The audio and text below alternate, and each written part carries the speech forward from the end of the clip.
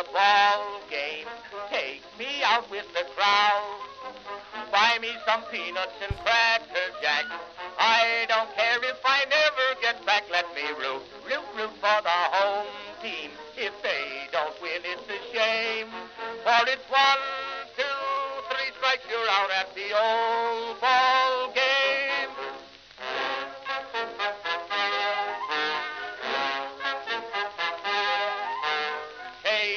Casey saw all the games, knew the players by their first names, told the umpire he was wrong all along, good and strong. When the score was just 2-2, Casey knew what to do, just to cheer up the boys she knew. She made the gang sing this song. Take me out to the ball game, take me out with the crowd. Buy me some peanuts and cracker jack. I don't care if I never get back. Let me root for the home team. If they don't win, it's a shame. For it's 1, 2, 3 strikes, you're out at the old ball game.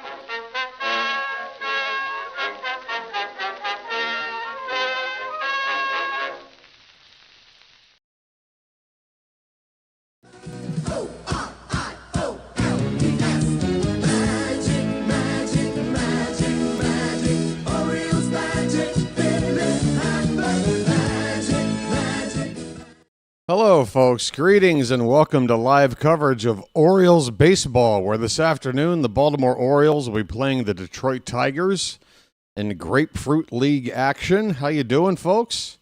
This is the BirdWatcher here. People call me BW for short, and that works for me. Folks, how are you doing? Back for games on back-to-back days for the first time here in 2026. BW is getting his spring in. This is a test. Back-to-back nights. A night off tomorrow. The Orioles will be playing, but it won't be televised. So a couple more days till the next one. But we're playing the Tigers today for the second time already this spring. And Dean Kremer is going to pitch. Might be his final tune-up with us before he is off to go join Team Israel for the World Baseball Classic, which is getting started in about, only maybe 5 days. With that first game out in, is it in Korea or Japan? Out in the Far East, Chinese Taipei will be playing Australia to open up the tournament, and then the next set of games don't really start for like another day and a half. But yeah, the World Baseball Classic is just around the corner. That's going to be fun. And yesterday the Orioles managed to scrape past the Rays with a 4-3 win. Trevor Rogers pitched 3 innings and looked fantastic. It's now 5 innings in the spring where he looks like midseason, unbelievably effective Trevor Rogers. Very positive signs from him. Vance Honeycutt hit his second spring home run, and he's only had a handful of at-bats. It was a game-winning homer late in the ball game. Vance Honeycutt, a name we should be watching. And what else is going on? A few things, but let's go ahead and look at the pitching matchup and starting lineups for this ball game here today, and then we can get settled in talking about this other stuff. So, yes, it's Dean Kremer making his second spring appearance. He's pitched 2 innings previously. He gave up a couple of runs, so that ERA is at 9. Nothing to get too worried about at this point. Kiter Montero is on the mound for the Tigers, meanwhile, the right-handed pitcher. He also has pitched 2 innings and has done worse, with posting an ERA of 13.5, 3 hits and a walk, including a home run in those hits, and his only other outing. For the starting lineups for the visiting Tigers, Matt Vierling will lead off and play right field. Riley Green is in left field, batting second. How you, Lee? How are you? I don't know. I'm okay. How are you? How you, HAO-YU Lee. Wait, where did the lineups go? I just clicked back and over, and now the lineups have disappeared. Great. All right, let me hit refresh. Where'd you go, How you, Lee? Oh, wow. Somebody already being a fool in the chat? That didn't take long. Oh, here it is. Okay, so Lee batting third for the Tigers. Colt Keith is at third base, cleanup batter. Lorenzo, the catcher, will bat fifth. Anderson at second base, hitting sixth. Valencia, the first baseman, batting seventh. Cruz in center field, hitting eighth. And Peck batting ninth at shortstop for the Tigers. They have a couple of players day-to-day. Trey Sweeney, shortstop, and Sean Gunther, reliever, lefty.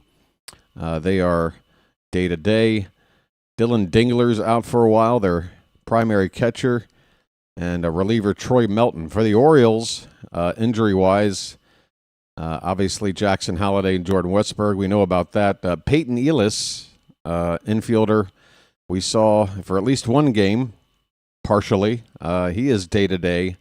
Not sure what the issue is, but that's his status for now, day-to-day for him. And Jackson Kowar, also day-to-day, a reliever that I don't think we've seen yet. So here's the Orioles lineup.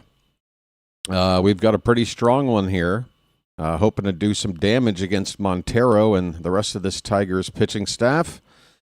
Gunnar Henderson will lead off and play shortstop. Tyler O'Neill, who had a great game yesterday, going, I believe, 3 for 4 with a walk. No, he wouldn't have had that many at-bats. Might have been 2 for 2 with a walk. He had a double. He had a single. Yeah, he is hitting .667, 4 for 6 for O'Neill with a couple of RBI early on. He's in right field batting second. Pete Alonso, the polar bear, he's only got 2 hits in his 10 at-bats, but they've both left the yard. He'll bat third, play first base. Sammy Basayo will back him up. And, folks, this is what we're hoping will materialize at some point sooner rather than later, with Basayo making his way into this Orioles team at a very young age. But, man, the power that he's got, if he can protect Alonso in this lineup, batting cleanup, with that righty-lefty flip-flop, I really, really like it. Sammy's batting cleanup and doing the catching. Taylor Ward's going to do DH duties, batting fifth. Heston Kjerstad is in left field. He has gone 2 for 8, including a home run, and has looked good in spring otherwise outside of playing in these games. We got to keep an eye on him. I think there's a chance he might make this team, folks. We'll talk about it. Kobe Mayo will bat seventh and play third base. He had the game off yesterday. Leody Taveras, who's off to a nice start, 4 for his first 6, including a stolen base. He is in center field hitting 8th, and Jeremiah Jackson will round it out at second base, batting 9th. And he's off to a nice start, 3 for his first 8. All right, weather-wise, is that information near me? It is warmer than it was for the game yesterday. 72 degrees, partly cloudy skies. That sounds perfect. Home plate umpire is Ryan Wills. I do not see any other umpire names in this crew that give me, I don't have any problems with these guys yet. I always say yet. There's always time for me to have a problem with an umpire. But, that's pretty much all your pregame information. I've got the game up here. It's looking like the game is not buffering or anything like it was at the beginning of last night, so fingers crossed we're good to go. Won't know anything here for about another 5 minutes, top of the hour, but it's looking good. Looks like the vertical stream's looking all right. Feel free to pop in over there. I can barely see the chat for that, but I see Edward Gaskin. How you doing, buddy? I don't want to neglect those who are chilling in the vertical stream, folks, but it's going to be difficult for me to keep up with 2 chats. I barely, if at all, am able to do that with 1. Phantom is over there as well. Good to see Phantom. And over here in the standard stream, we've got some regulars here as well already. Good to see Chawa, Matt, Slater, Chilo, and George. People we know. Oriole fans. El Duderino. Hey, first time I think I've seen you in 2026. Welcome back, El Duderino.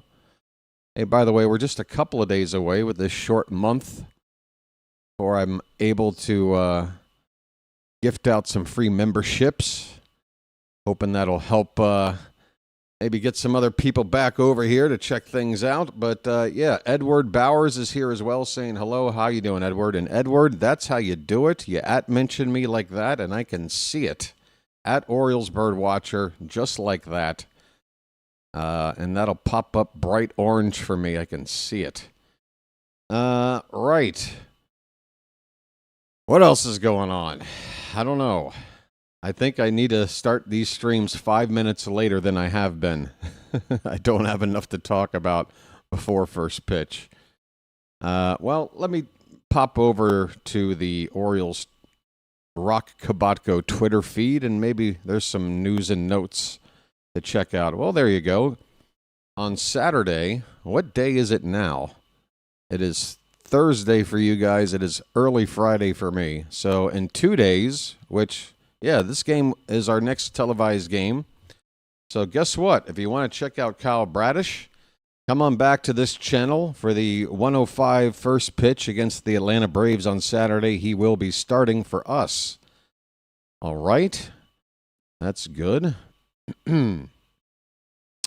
Here's a quote from Mike Elias on bringing in Chris Bassett. Quote, has had 3 years of success in the American League East. He's just been a rock basically for several years now. I have to agree with that, Mr. Elias, and that's why I felt once the Framber Valdez situation was over with and we were not bringing him in, I honestly am okay with the situation. I think Framber Valdez picked the right place to go. Where he's not even going to be the ace of his own staff. And he's going to be pitching in a very pitcher-friendly ballpark with that ground ball pitching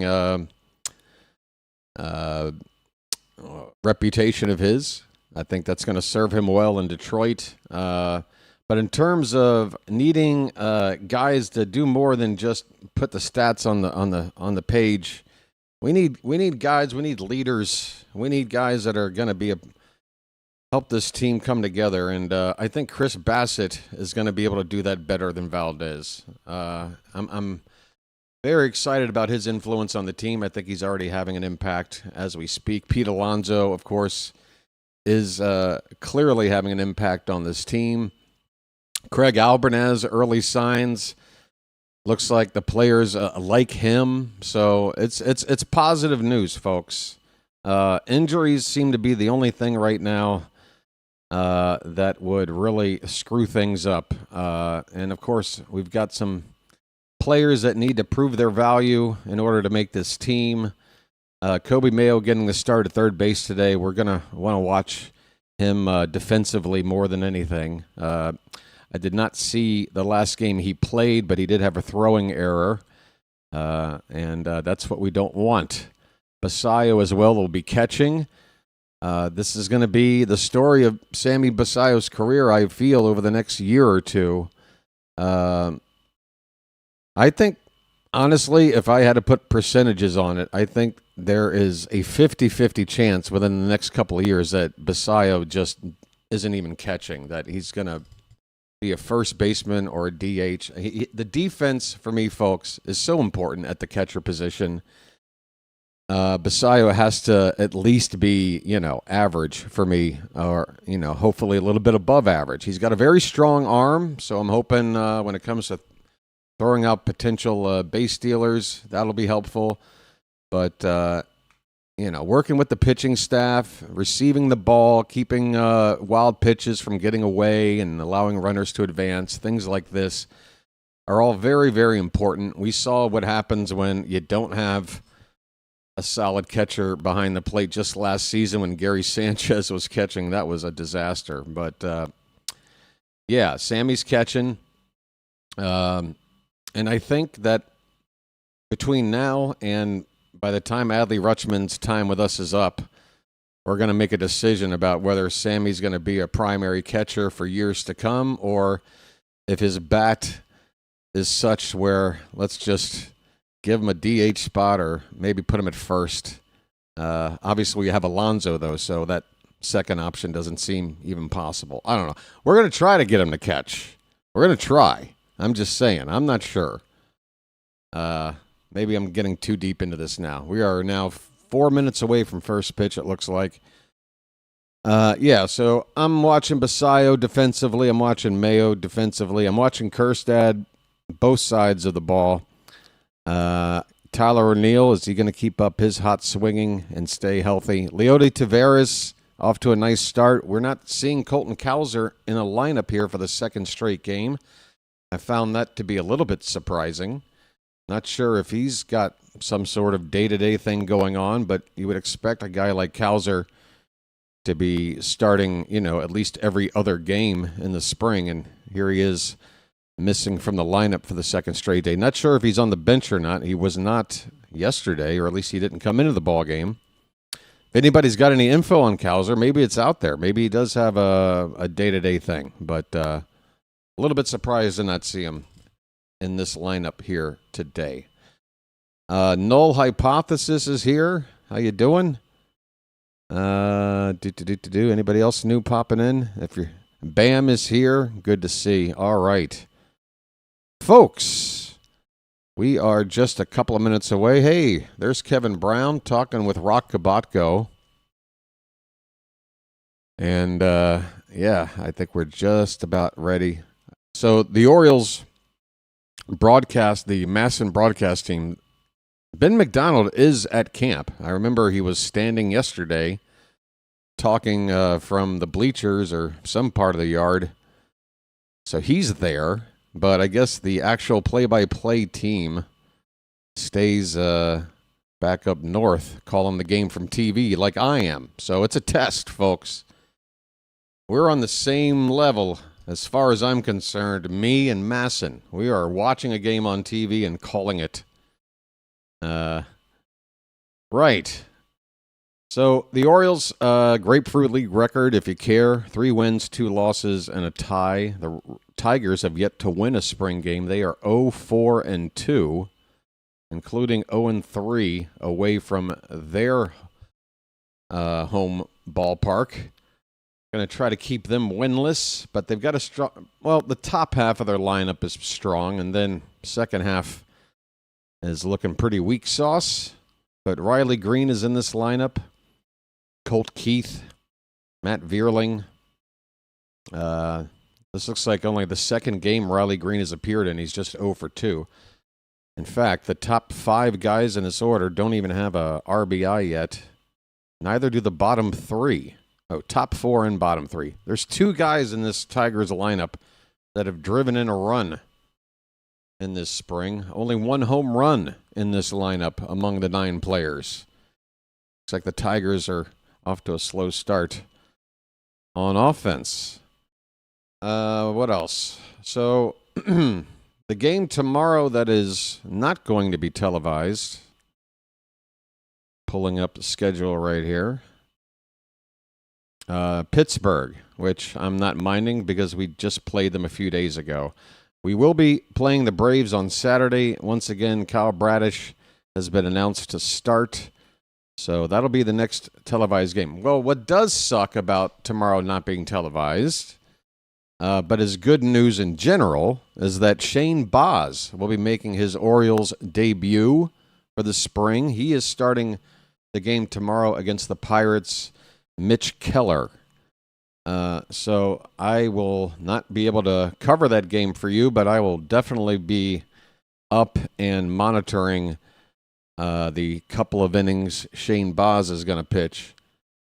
All right, it looks like the broadcast is up. And folks, just to remind you, particularly in these spring games, there is going to be a gap between, if you're watching along with me, when you see something happen and when I see something happen. The delay isn't so bad during the regular season, postseason. I guess they work a little better at getting the signal out there quicker to the world.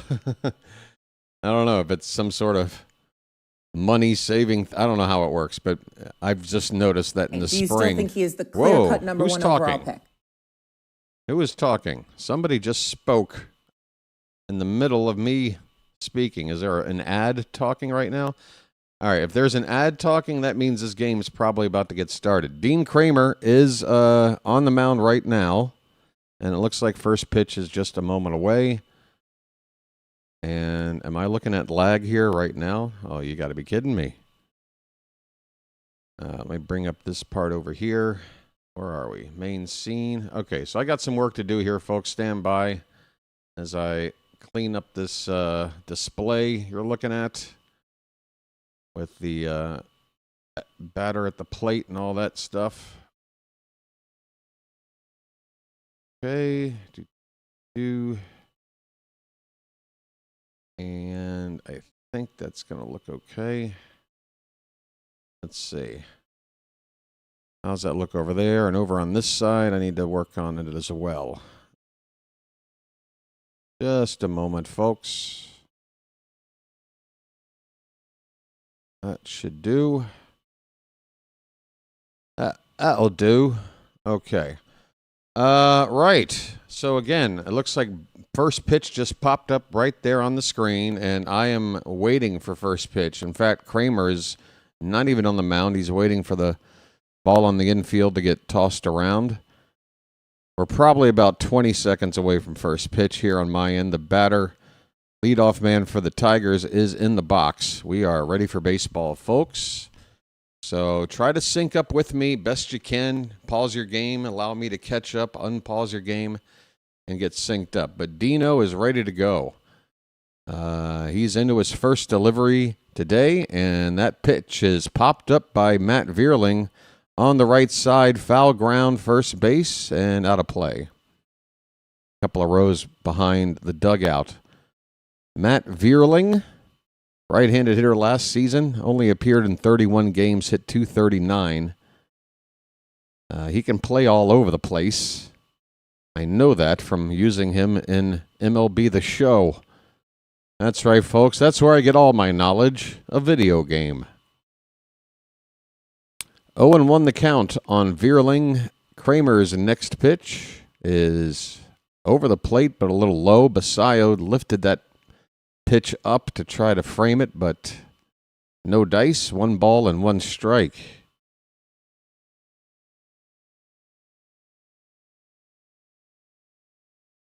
The 1-1. That one is fouled away. 2 strikes on Vierling. Riley Green will be up next. The Orioles are wearing their orange jersey tops. I better get this right. With the white pants. Gray pants for the Tigers with a dark blue or black jersey top, orange lettering. That is going to make it 2 balls and 2 strikes here to the opening batter of the ball game. Looks like it's an overcast day. Partly cloudy is the report on the ESPN page, but it looks like there could be a scattered shower with those clouds. I've spent some time in Florida. I know clouds like that can mean a rain shower at any time. We got a full count now on Vierling. Here comes the payoff pitch. And that one is hit on the ground and through the hole on the left side. A base hit. Matt Vierling does the job for the Tigers as a leadoff hitter, working the count full and getting a base hit. So Dino will immediately go into the stretch after facing 1 batter. And he's got a tough guy at the plate here, Riley Green, one of the better young left-handed batters in the American League last season. 36 homers, drove in 111. First pitch to him is hit on the ground to the right side, right to the first baseman, Alonso. He had thoughts of going to second, changed his mind, and got the easy out at first. So that's a ground out. 3 unassisted. Vierling moves up to second base. 1 away here in the top of the first. I need some audio here. I'm not hearing the game. I'm just realizing. All right, that'll bring up Lee. And the first pitch to him is a cutter low and away from Kremer. Why am I not getting any audio at all? Oh, I got it now. All right, I just want it loud enough where I can hear the crack of the bat. And that ball is hit on the ground to short. Gunnar backs up and a bounce throw to first, it looked like, and Alonso handles it for the second out. Let me make sure on that. Kind of lost sight of that ball as it flew across the infield there. It looked like it was a bounce throw there to Alonso. If they're not going to show a replay, maybe it wasn't. Either way, that's the second out of the inning. The runner, Vierling, now at third base after that ground out. Here's Colt Keith, left-handed hitter. And he goes after the first pitch. He gets into it to center field. Taveras, though, is there, and he makes the catch. Tigers, Vierling working the count as the leadoff man, and every batter since jumping on the first pitch. And good contact there. Luckily, right at Taveras, just a couple of steps to his left. He makes the catch, and the inning is over. So Kremer got through that inning with just the one base runner, but I hope he looks a little sharper here in the second inning. He got a little bit lucky there, I'd say. Could have been worse. We go to the bottom of the first. Tigers nothing, and the Orioles are coming up. Folks, I'm happy to report that yesterday's game, which was the first game I was able to call this season from first pitch to last, had a nice turnout for the channel, adding together the horizontal and vertical streams running simultaneously. We got just under a couple of thousand views, and I think I mentioned hitting the like button once over the course of the stream, and you guys still added up about 70 of those. You guys are fantastic, I got to tell you. The Charm City chat knows what's up. They know the assignment. I'm loving it. By the way, in terms of something somewhat of a milestone for the channel that appears to be coming up maybe in time for opening day or somewhere around opening day, my channel is currently at 900,000 something views. So, in its history, and it's only been 2 seasons plus 1.5 spring games for season 3. It's about to hit 1 million views for the channel. How about that, folks? 1 million views. All right. Gunnar Henderson. His name's Gunnar, and he's dating my mom. Kiter Montero on the mound. He made 12 starts last season, 20 appearances total, 4.37 ERA. First pitch to Gunnar is outside for ball 1. Gunnar. Really strong lineup here for Baltimore. Love to see a crooked number on the board here in the first couple of innings. 1-0 pitch. That's high, 2-0. Gunnar already in a nice position here with a favorable count. He will be off to the World Baseball Classic in a few days.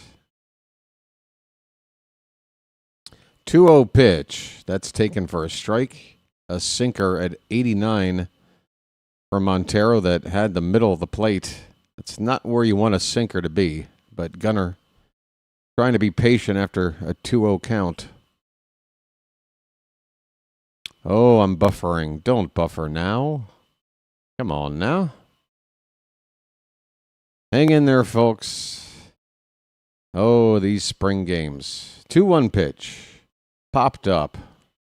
That's not going to do it.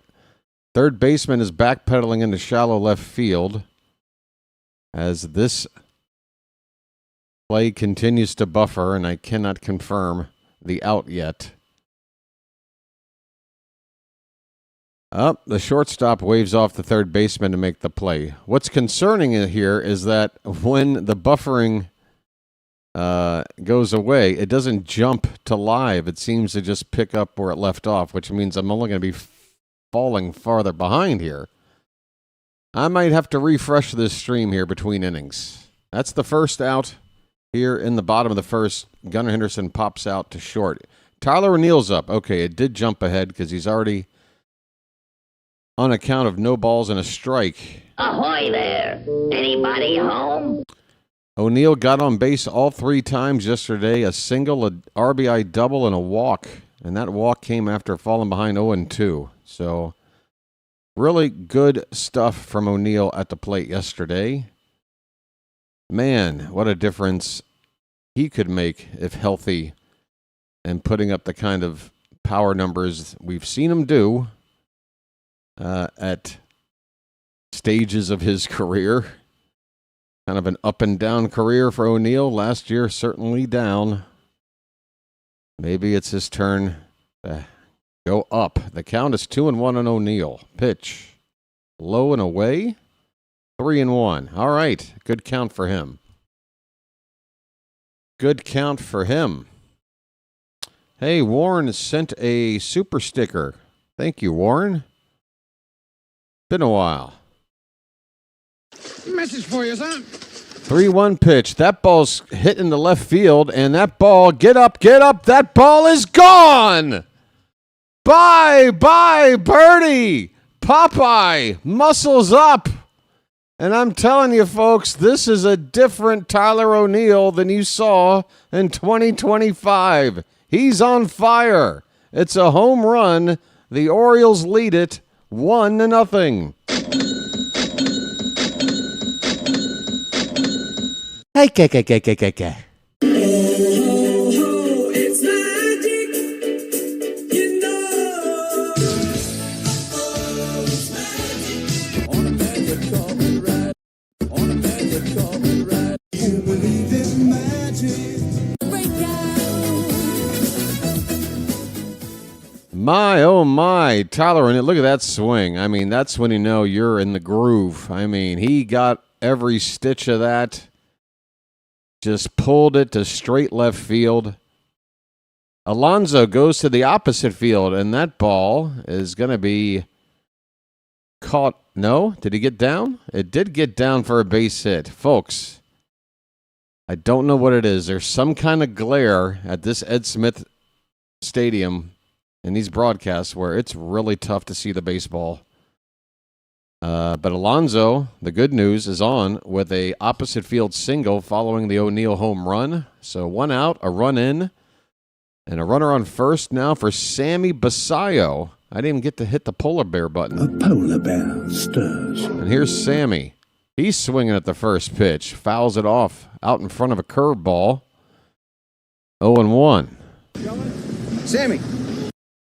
Warren, let me hit the like on that. Folks, when you see a super sticker or super chat, do be kind and hit the like button there on those and show people that you appreciate them supporting the channel. There's a hard grounder to second, and that could be 2. It will be 4-6-3, an inning-ending double play hit into by Basayo. Big buck. Stop it all. All right, that'll end the inning. In a way we didn't want. Something went wrong. What was that? Okay, it's popping back up. Nothing went wrong. I saw something on the screen saying something went wrong. I beg to differ. Tyler O'Neill didn't go wrong, I'll tell you that. The Orioles, after 1 inning, lead it 1-0. El Duderino, another. Well, that's more of a super chat than a sticker at that $10 donation. Thanks so much, El Duderino. Do. Where are my buttons? Message for you, son. And I want to thank you very much for that. I really do. Thank you. Folks, if you're new to the channel, do think about subscribing. It's free.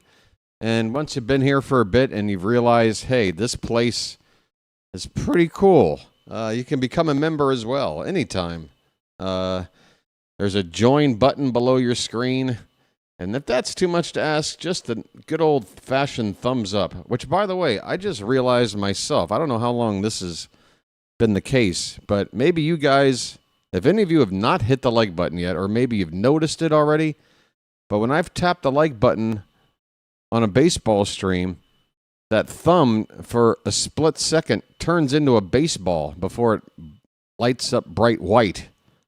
You know what I'm saying? Like it's a little animation graphic that YouTube has put into their system. Whenever you tap the like button, it like turns into a little baseball. Just a little something I noticed. I thought it was kind of cool. Keeping up with the theme. Like, I mean, other channels that do other things, does the like button turn into something else? Like if I'm a cooking channel, does it turn into a piece of broccoli or something? I don't know. But yeah, anyway, we're underway here in the top of the second. First pitch from Kremer is a breaking ball low to Tehran Lorenzo, who in Double-A last year hit .206, 11 home runs. Left-handed batter. This is a curveball from Dino. It misses. It's 2-0.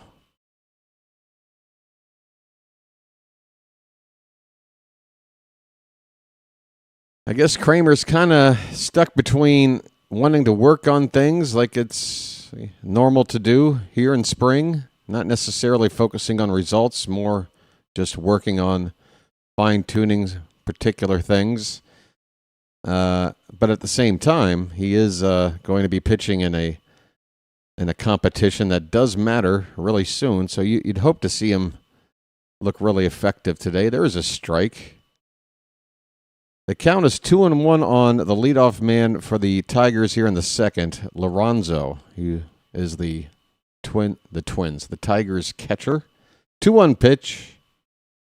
Fouled back.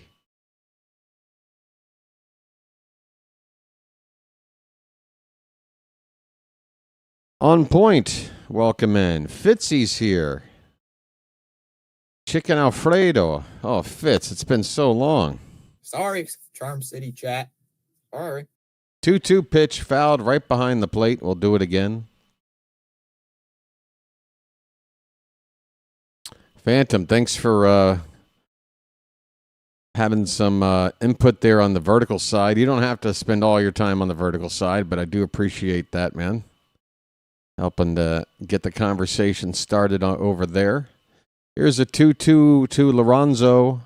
That is over the plate, but a little low. Full count. If you click live on a Bolton Wanderers stream, you get a vaguely disappointed middle-aged man. Hey, I used to remember Bolton's time up at in the Premier League. That's going to be ball 4. A leadoff walk by Kremer. Yeah, Kremer does not look sharp so far today, folks. Leadoff walk after getting through the first inning with a little help with a hard hit ball right at somebody in center field. Max Anderson, right-handed hitter, AAA last year, hit .296. Plays second base. First pitch is a strike. A sinker from Kremer. That was a good pitch, right where you want it, bottom of the zone. Hey, the guy with the ZZ Top beard is sitting in the exact same seat he had yesterday. Right behind home plate. How you doing, buddy? That pitch is spiked in the dirt. A slider from Kremer. 1-1 the count. She's got legs. She knows how to use them. The 1-1 to Anderson. That ball is fisted away foul. The way that sounded, I thought maybe the bat had splintered a bit, but Anderson not looking to get a new piece of lumber. I guess the bat's fine. 1 ball, 2 strikes. Nobody out, runner at first for Detroit. The 1-2 from Kremer popped up to the right side. It's going to go foul and out of reach well into the crowd. Kremer's up to 21 pitches, still looking for the first out here in the second inning. If you click on a text stream, the like button turns into a Wi-Fi signal. Okay, thanks, Fitzy. So there is a bit of a theme based on what you're doing. Oh, no. It's a wild pitch, and Basayo has to do better blocking a pitch like that. He let that one bounce very far away, allowing the runner to advance to second base easily. Yeah, that is exactly what I'm worried about right there. Basayo has to smother that ball and keep it within arm's reach. The count is 2-2. Pitch. Tapped foul. So now that takes away a conventional double play. And with nobody out, the Tigers can manufacture this run and tie the ball game.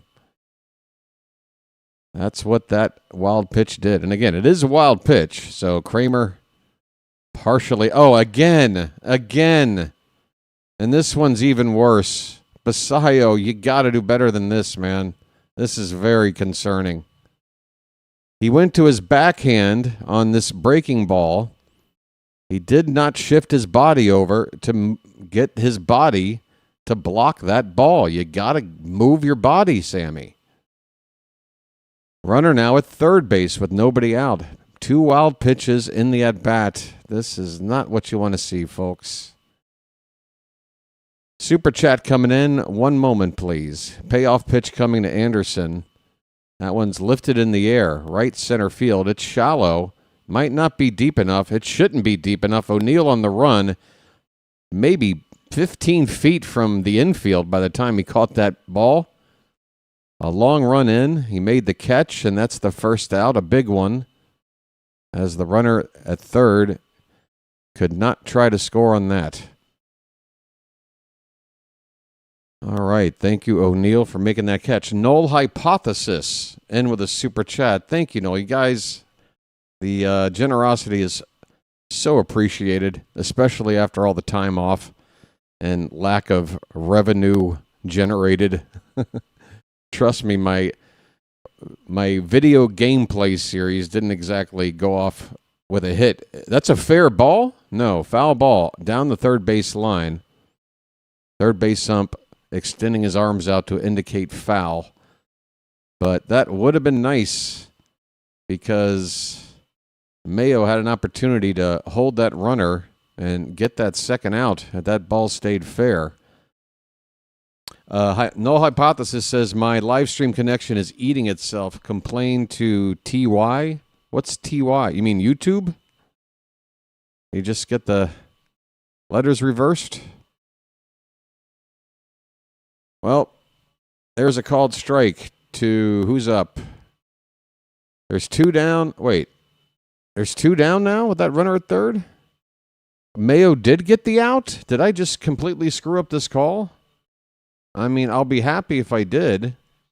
What happened there?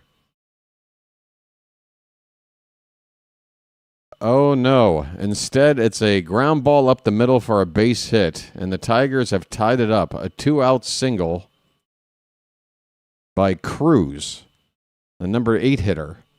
Valencia, the previous batter, grounded out to third, so it was a fair ball. The umpire went like this. I mean, if I had the game turned up a little more, I'm sure I could have heard the explanation.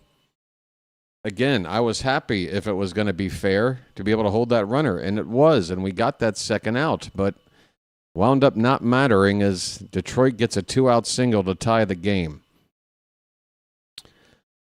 Off the bat of Cruz. First initial T. I don't think it's Ted. Number 9 hitter Peck is up right now with the runner at first. 2 away. Kremer's pitch is popped up out of play to the right side. Trey Cruz. Thank you, Phantom.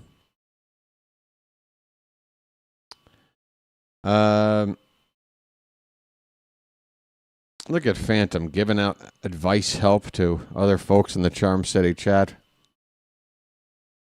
I'm going to have a Phantom Appreciation Day like I've had for other mods on the channel. Phantom is doing the Lord's work. It's 0-2 on Peck. 2 down, runner at first. Tie ball game.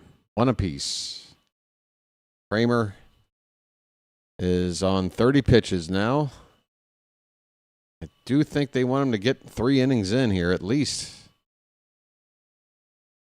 But he's struggling. Check on the runner at first as a snap throw after the pitch from Basayo. Not a bad idea. Put the runners back in there safely. Sammy, I really just want you to focus on blocking pitches, man. Really, really bad inning for Basayo. Directly leading to the tying run. 1-2 pitch. Outside, 2-2 on Peck. First name, not Gregory. Hey, Vonnie, how you doing? Oh, Peck, was that the name of the jerk that's like, I'm going to shut you down? Hey, there's a called strike 3 from Dino, and this inning is over. All right.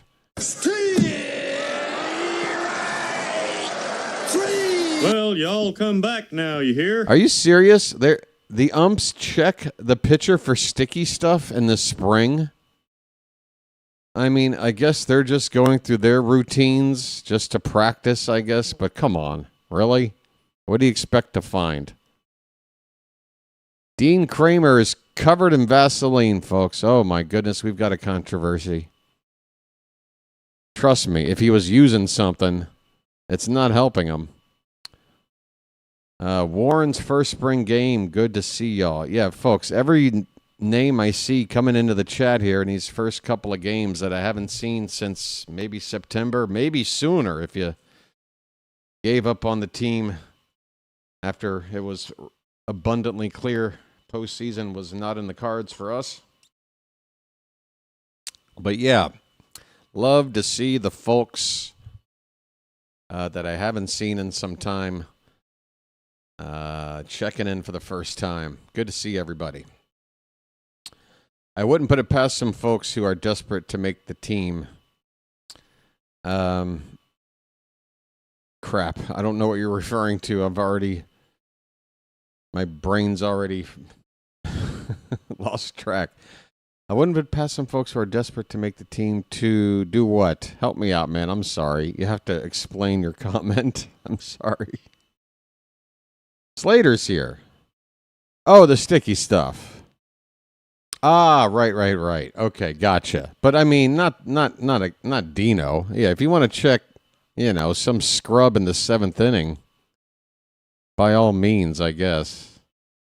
Hey, is that AJ? Adam Jones appears to be getting mic'd up for an interview.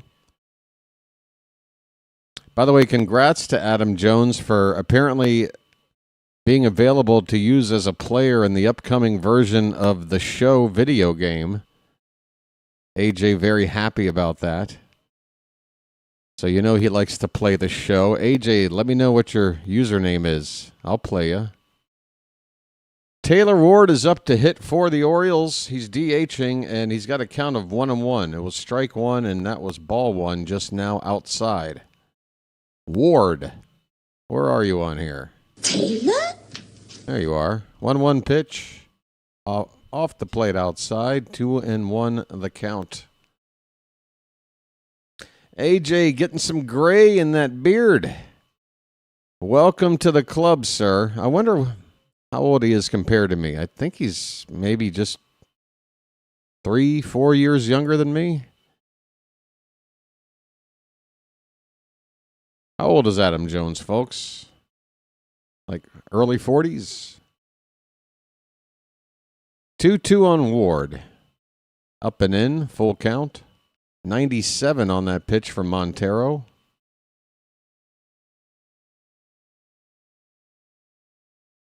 He just played the show yesterday, playing Baltimore, who's coming off a 17-game win streak, folks. This ball is hit down the left field line. That is going to be a fair ball. Boy, that ball just hugged the line fair, and the Orioles have themselves a leadoff double. Very nice. Taylor Ward. Folks, you know what to do. Splish, splash, I was taking a bath. I say it hugged the line. Again, it's tough for me to see that ball down the outfield. It was probably about 10 feet fair. Oh, AJ's just hitting 40. Wow, and already rocking that much gray in the beard. Damn, kid. Well, at least he's not the sort that feels obligated to, dye it black and try to keep young. Hey, Silent J, folks. Shh. He's got a count of 0-1. Runner at second, nobody out. Pitch, that's a strike. A four-seamer at 99 for Montero. It's 0-2 on Kjerstad. He's playing left field today. So you got Kjerstad in left and Mayo at third.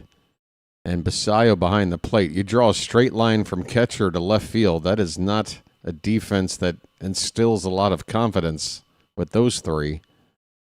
Let's try to keep the ball on the right side of the field today.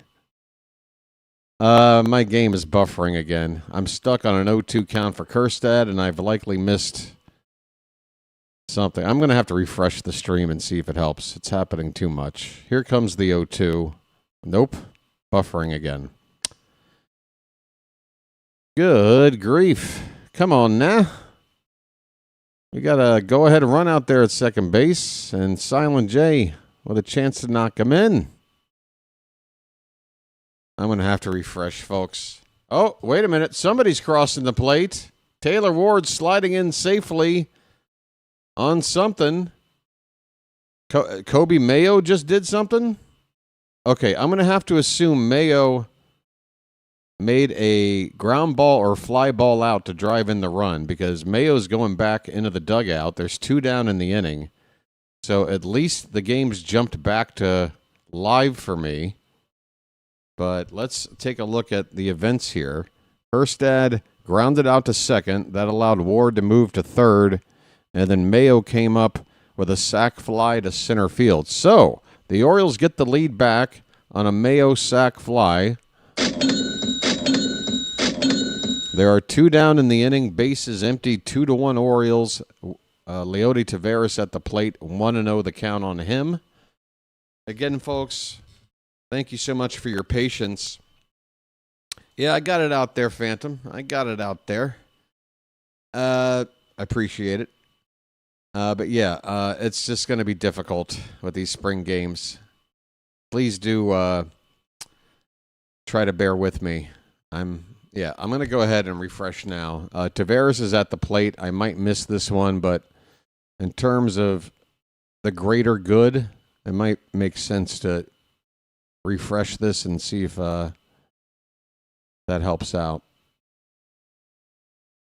So at this point, folks, if you want to go ahead and inform the rest of the chat what's happening if you're watching, Taveras was at the plate as I get this game back up.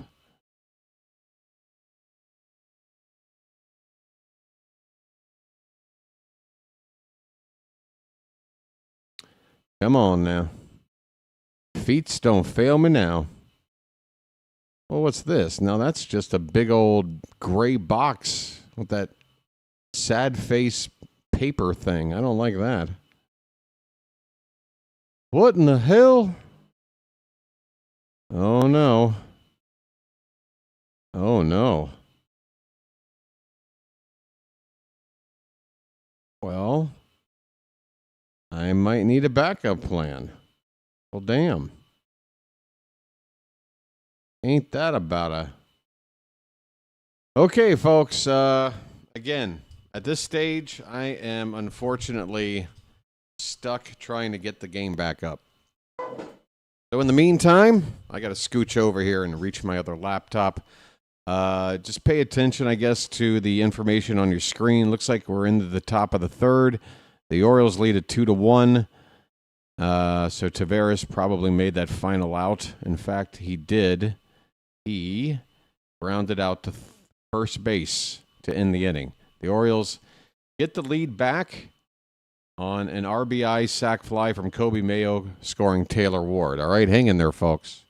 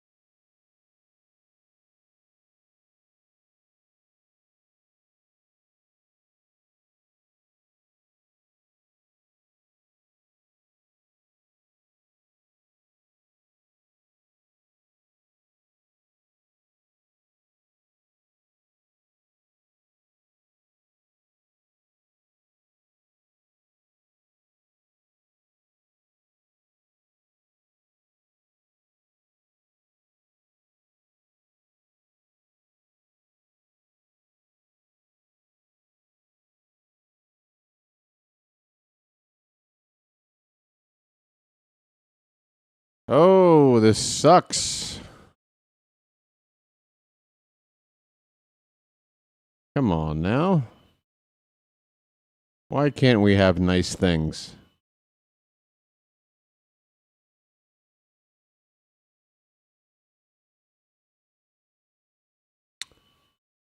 Well, okay, this might actually be not a stream issue. This might be a internet issue because I'm looking at my chat right now, and it looks like it's connected and disconnected a couple of times. I'm showing the signal is uninterrupted on both my laptops, like full bars, full Wi-Fi strength. But yeah, I'm showing the chat had disconnected at some point. Folks, if you can hear my voice right now, please type in the number 5 just to let me know if I am currently still getting my voice out there and that I'm not without internet. It looks like it cut back on, but I can't get the game back up. And I'm not seeing any 5s in the chat, so there might be... Yeah, this is bad. There's either going to be a giant lag or nobody can hear me right now.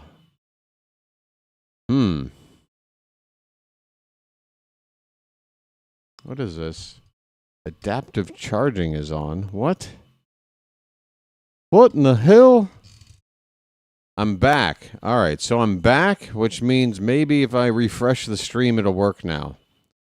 Oh, there are the 5s. Okay, so yeah, it's not just the game stream having a problem. It is the Wi-Fi, which, folks, if you were in my shoes the last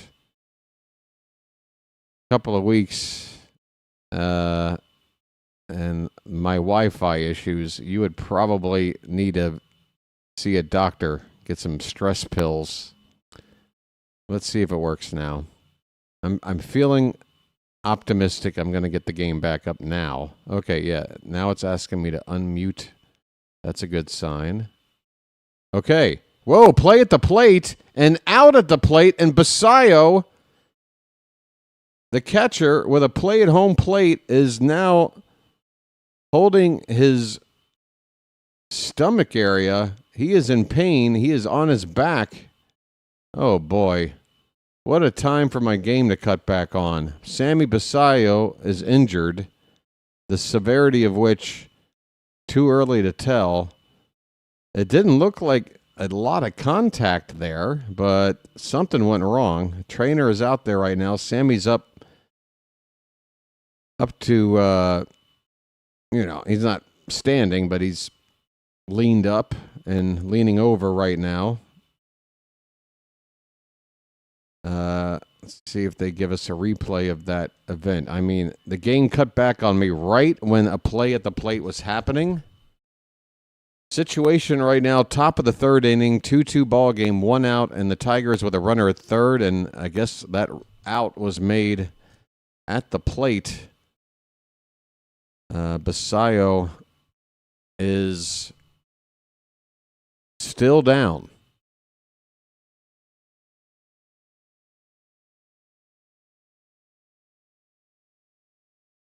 His body language doesn't look too positive. He seems to be kind of not too optimistic about how he's feeling right now. They're lifting him to his feet right now.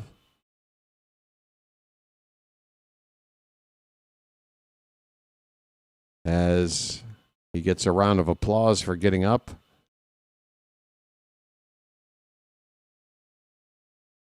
That's our future right there, folks. And my goodness, injured catchers, one of the many forgettable storylines of 2025. We don't want to see anything right now, but it looks like Sammy's walking off the ball game here. You have to think, I wouldn't read too much into him getting removed from the game as if it's a major injury. It's very likely that he's getting moved out precautionary.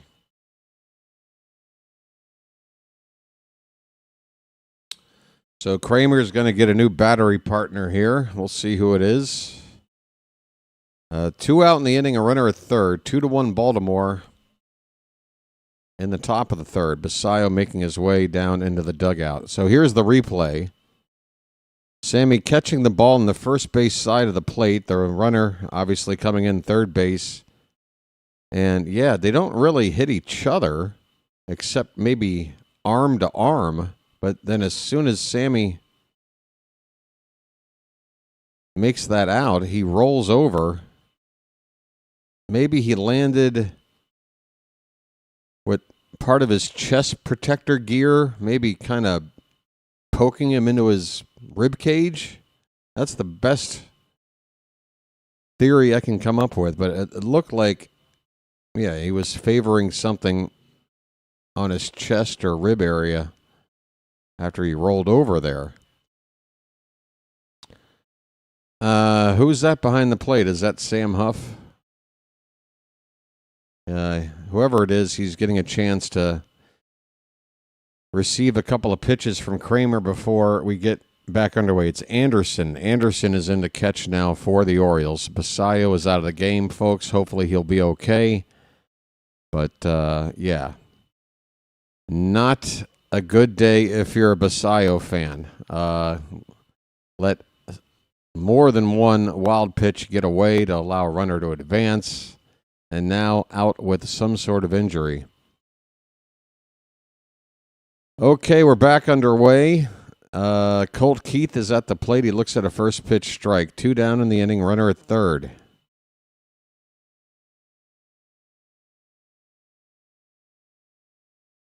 More Duck Dynasty than ZZ Top? Yeah, I suppose. You know, I'm kind of the Gen X generation, so I think for people my age, they go ZZ. But if you're closer to a millennial, maybe Duck Dynasty is the reference to go to. I mean, if I were older, I'd go Rip Van Winkle. Wow, we've got another pitch that gets away, but with the runner at third, they're not going to try and scamper home on that ball. So That makes it ball 2 on Colt Keith. And Dean Kremer, folks, it's not like he throws the kind of pitches that normally are bouncing in there. You know, Kremer not looking good out there. He is laboring through 3 innings, despite the fact he's got a 2-1 lead. And there's another low pitch. A lot of curveballs from Dino. That seems to be one of the pitches he wants to focus on. But if I had to guess, the majority of those curveballs he's thrown so far today have not been for strikes. 3-1 pitch to Keith. That ball's fouled away, full count. Full count, 2 down.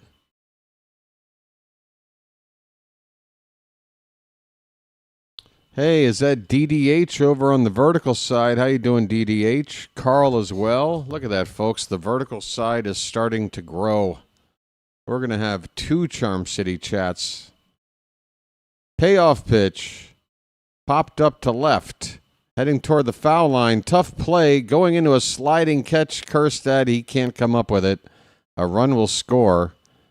And the Tigers have tied it up again with a 2-out RBI knock by Colt Keith. That was not an easy play for any left fielder, but Kerstad, not exactly known for his glove work here, went into a foot-first slide there to try to catch that ball, and he could not. And that's going to be the end of the line for Kremer.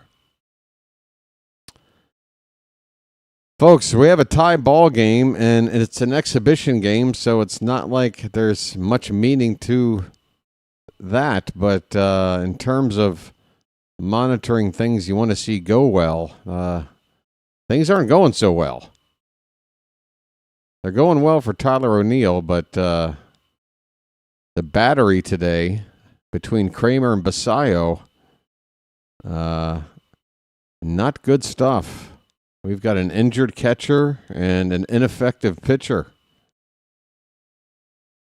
We're tied at 2. We got a pitching change. It looks like the new guy coming in is a fellow by the name of Ogando. What's your first name, sir? Never heard of you. Gerald Ogando, 25-year-old right-hander out of the Dominican Republic. 6'2", $180. See what I can find on him. He is a relief pitcher with rookie status. Can't find any of his minor league info here on the ESPN page, but there's probably a reason why I have no clue who this dude is. But I think he's coming in to probably just complete this inning. And then back to the planned pitchers that Alvarez probably has lined up. So this guy probably on the very outer limits of this spring roster, getting a chance to get 1 out probably.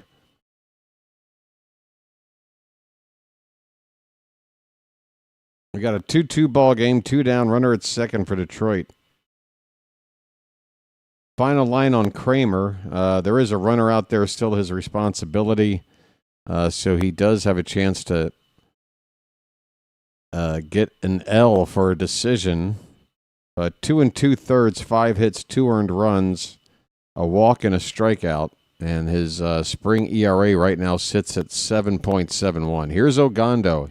Double-A ball last year. 36 appearances, 50 in the 3rd innings. ERA just over 3.5. Opponents hit 202 off of him. His fastball gets up there at 98. It's off target, though, and the count is 1 ball, 1 strike on Lozano, who walked his first time up and scored for Detroit. Opposite field, that is caught on the line by Mayo. Oh, my. Kobe Mayo. In the right place. That ball looked like it would sneak through to left.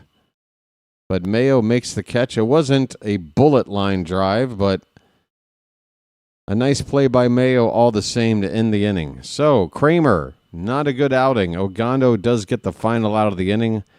Detroit ties it up. And we are heading now to the bottom of the third with a 2-2 ball game.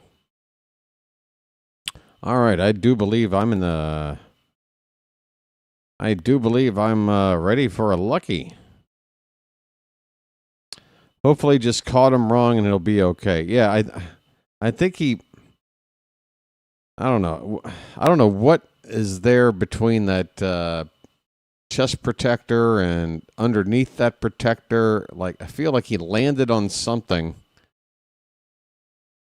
that just kind of, I don't want to say punctured, but, basically some sort of contact after he hit the ground there with his own equipment. Live stream connection for Null Hypothesis has just improved. Very nice. Hey, folks, once again, please hit the like button if you haven't done so already, and think about subscribing. 3,660 subs. Might be as many as 3,669. In fact, let's get a live count. Let's get a true live count. Because if we're just one or two away from flipping that number to 3,670, then I am going to plead with the audience, if you're unsubscribed. Oh, we've got a few to go to get to 3,670. But yes, sub it up, folks. Remember, there's no commitment, no obligation, and no salesman will visit your home.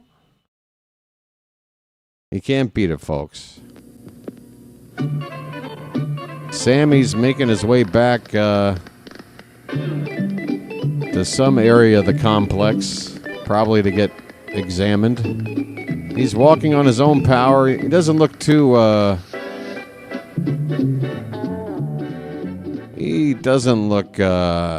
too roughed up. Let's hope he's okay. Okay, Jeremiah Jackson's up, folks. Word has it, in a previous life, he was some sort of amphibian. Jeremiah was a bullfrog. Oh, that's what it is. Right. Well, reincarnation has done Jeremiah well. He was a bullfrog, and now he's a Major League Baseball player. Must have had a good life as a bullfrog. 2-1 pitch. That's slapped hard into the left down the line, and that's a fair ball. Jeremiah will get to second base standing. A leadoff double. And folks, these two sides just trading blows here. This could be the fifth consecutive frame with a run on the board. The Orioles took a 1-0 lead bottom of the first. Detroit 1 run to tie it in the second. The Orioles got the lead back bottom of the second with 1 run. Detroit scored 1 run top half of this inning to tie. Will we get 1 run back again? Gunnar Henderson looks at a first pitch strike. His name's Gunnar and he's dating my mom. This is a very binary looking box score right now. Like, this is computer code. 0-1 pitch. That one is hit on the ground on the right side. Will that advance the runner? It should. Gunnar with another productive out. A ground ball to the right. That's the first out of the inning, but the go-ahead run now at third base.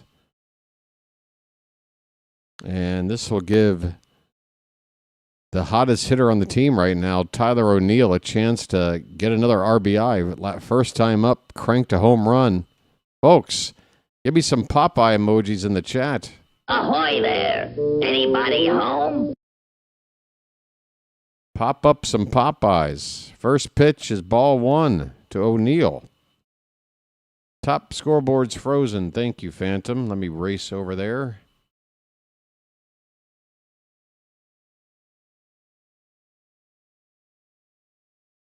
Hopefully that'll do it.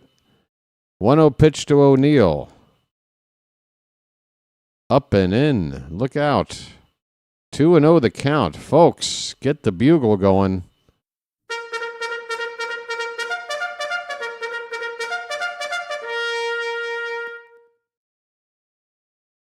Tyler O'Neill looks locked in up there. 2-0 pitch. Oh, he got a curveball. And that wasn't the pitch he was looking for. And he was committed to try to get something on 2-0 to his liking. He missed it. 2 balls and a strike. Montero up to now 36 pitches on the day. Next offering is just off the plate outside. 3-1. Great hitters count for a hot hitter at the plate.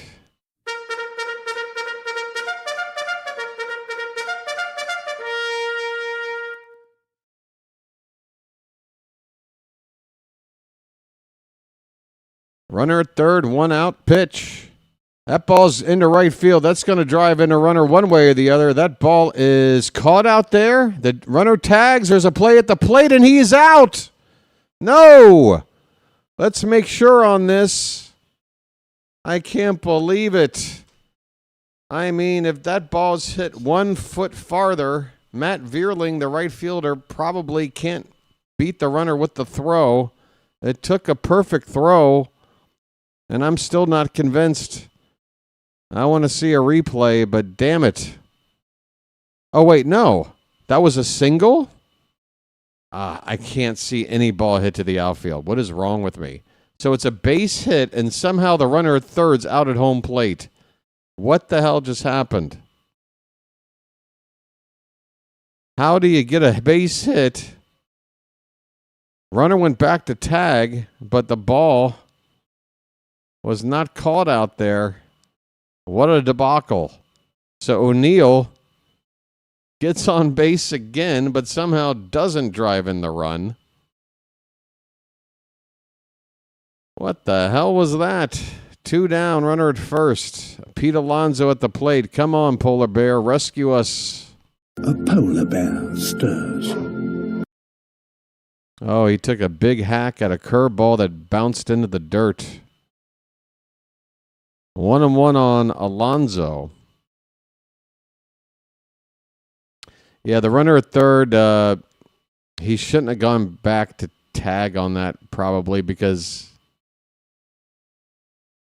obviously, as you saw, he was still able to get thrown out after tagging. He should have just stayed in between third and home and walked home after that ball wound up not getting caught. This ball's hit to right. Vierling makes the catch. Alonso flies out, and the inning is over. Wow, the Orioles with a golden opportunity to get the lead back, and in a very peculiar way, somehow come away empty with a base hit to right field, resulting in a runner at third getting thrown out at the plate. I don't think I've ever seen that. I'm sure I've seen it. But I can probably count on one hand in about 40 years of watching the sport, seeing something like that happen. All right. Moving on. Top of the fourth coming up. And yeah, Ogando is out of the ball game. I can see already. Jackson Kowar, who I mentioned in the pregame, was listed as day-to-day. Well, he is no longer day-to-day because he's coming in to pitch next. Kowar, I believe this is our first look at him. 29-year-old right-hander out of Weddington, North Carolina. In 2025, got into 15 games, pitched 17 innings, and gave up 8 runs. They're not showing me an ERA, but 8 runs in 17 innings, that's about just under 4.5 ERA, if my crazy good math skills are on point. So we'll be looking at Kowar. Why isn't tomorrow's game being broadcast by MLB TV? Not sure, Noel. Some games, well, you see what MLB TV does is they basically leech off the broadcast of whichever team is covering the game. Like today, Masson is covering the game, and MLB TV is simply piggybacking off of their stream. So I'm assuming that tomorrow's game, neither team involved is broadcasting it, so therefore MLB TV's not broadcasting it. Does that make sense? Kowar, first pitch to Anderson is outside for ball one. We're in the top of the fourth, tied at 2, Orioles and Tigers. Anderson popped out to second his first time. Next pitch, a slider, low and away, 1 ball, 1 strike. No, they're definitely not covering the game, Michael. That's my point. If the local team isn't covering it, MLB isn't going to go in there with their own team to do it. They are just going to not have a game to show you because nobody else is. Somebody might be doing a radio broadcast of the game, but that's probably it. 2-1 the count on Anderson. That ball is tapped in front of the mound, actually in front of the catcher, and Anderson throws out Anderson. Okay, that's not confusing.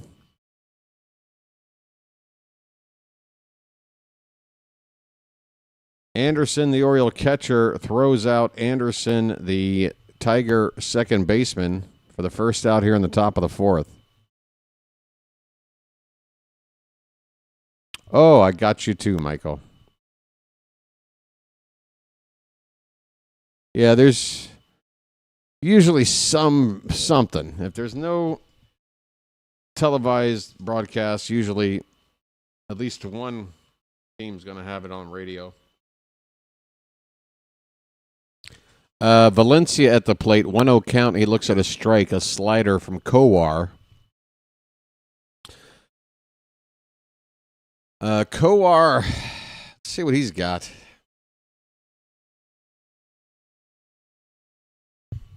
I'm already fidgeting in my chair. I got to invest in a more comfortable chair. Folks, anybody remember the end of season 1 when I had somebody kind enough to donate enough money to get a new chair? And that chair lasted me like 2 weeks. I was so pissed. 2-1 pitch. Fouled away. I mean, I've got no one but myself to blame. I did my level best to scout out a chair that was affordable but quality enough. And, you know, I'm a big boy and living out here in this part of the world. Chairs like that, they usually have a weight limit. And the weight limit for most chairs out here are for people not my size. But I found a chair that said that it could support me. And it didn't. It just... that little hydraulic thing on the bottom just busted, and then it got bent. And once that piece of metal gets bent, you can't bend it back. It was just... Ugh, I was so pissed. Anyway, back to the ball game. 2-2 the count on Valencia. 1 out, nobody on. 2-2 ball game. And 2-2 the count. All right.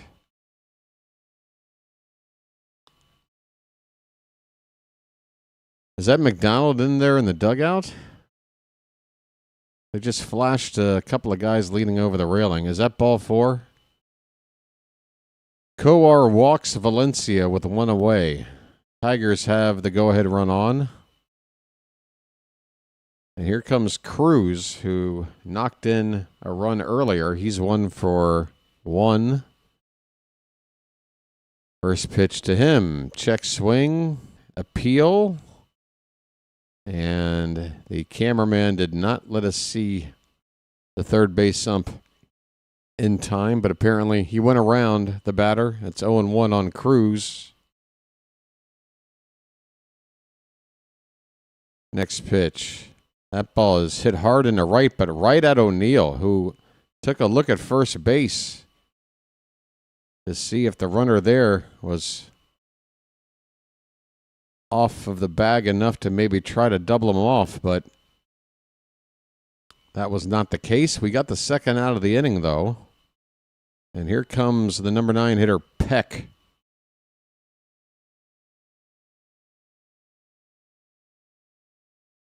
Hey, we're the birds. We're the ones that know how to peck. Who do you think you are? There's a slider for a strike from Kowar. 2 down, runner at first.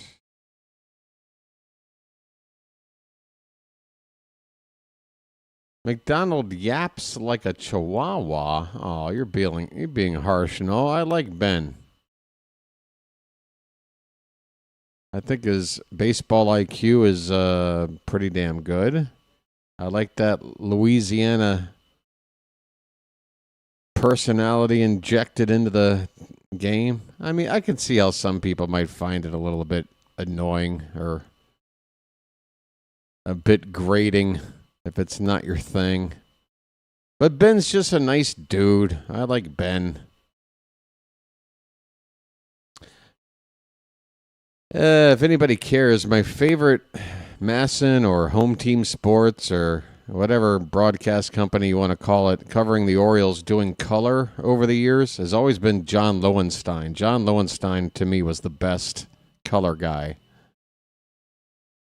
This pitch is fouled off. It's 1 ball and 2 strikes on Peck.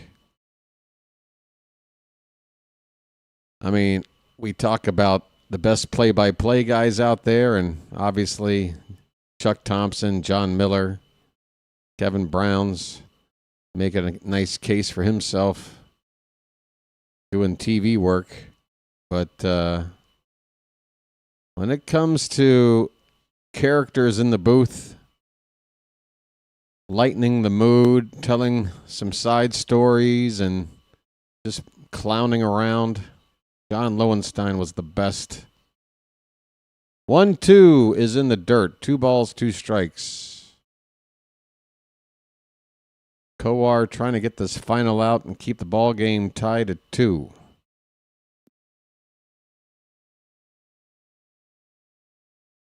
Oh, yeah, Jim Palmer, I don't even count him as...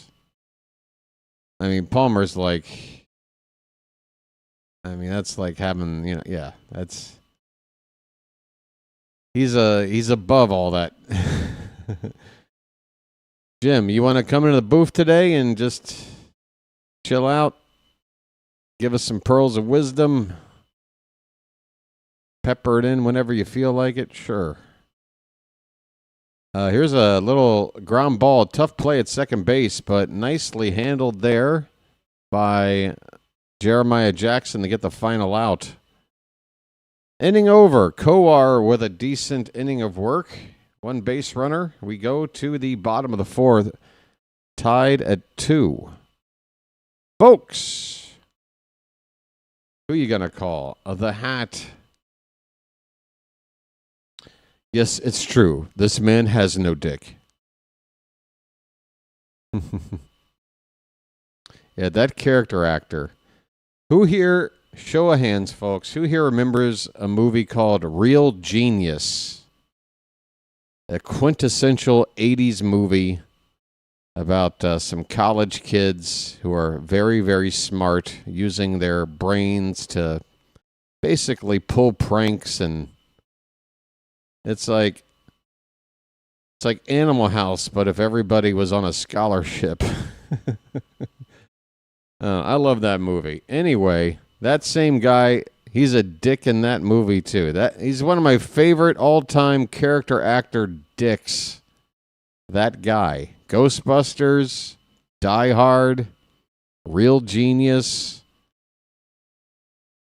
Yeah, Val Kilmer was in that one. That was like his second movie after Top Secret.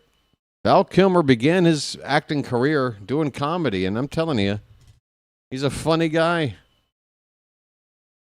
I mean, for your first, like, film role to be a leading role in a movie like Top Secret, which is, you know, a Zucker Brothers movie where they're stuffing every minute with, like, 6 jokes. You know, you got to have some comedy chops to be able to pull that off. And Val Kilmer did. Oh, I don't want to see that Basayo play. Folks, if you get any kind of update on Sammy, maybe check on your Twitter from time to time. They might give us an early prognosis of what happened there. Or diagnosis. Is that some kind of osis? All right, bottom of the 4th. Anderson, who came in to replace Basayo, will get his first swings, and he takes a cut, fouls it off to the left. New pitcher in for the Tigers, lefty Brant Herter. Herter? I hardly know her. 43 appearances, including 4 starts, but don't let those starts fool you. He's one of those guys the Tigers like to use to begin ball games as a relief pitcher whenever the opposing team has a top-heavy lineup of left-handed batters. Nice little trick the Tigers have used that I think other teams have been starting to use a little bit too. I think we even did it once or twice last year. Earl Weaver used to do this sort of thing. 2-1 to Anderson. That is a Baltimore chop. Big bounce back to the pitcher. And he has time to throw out Anderson. 1 away. Willow. I'll be a Huckleberry. He was brilliant in the Island of Dr. Moreau, considering that he was completely out of his mind on drugs. I'd say, considering the situation and how much of a cluster F that production was, my money's on the Island of Dr. Moreau. What a train wreck of a movie. Folks, I can't recommend it enough. If you want to see a movie that just leaves you going, huh? Here's a line drive by Ward into right center field. It's down for a base hit. Taylor Ward. That is his second hit of the day. He's 2 for 2. How about that? Taylor? Turn on the sprinkler.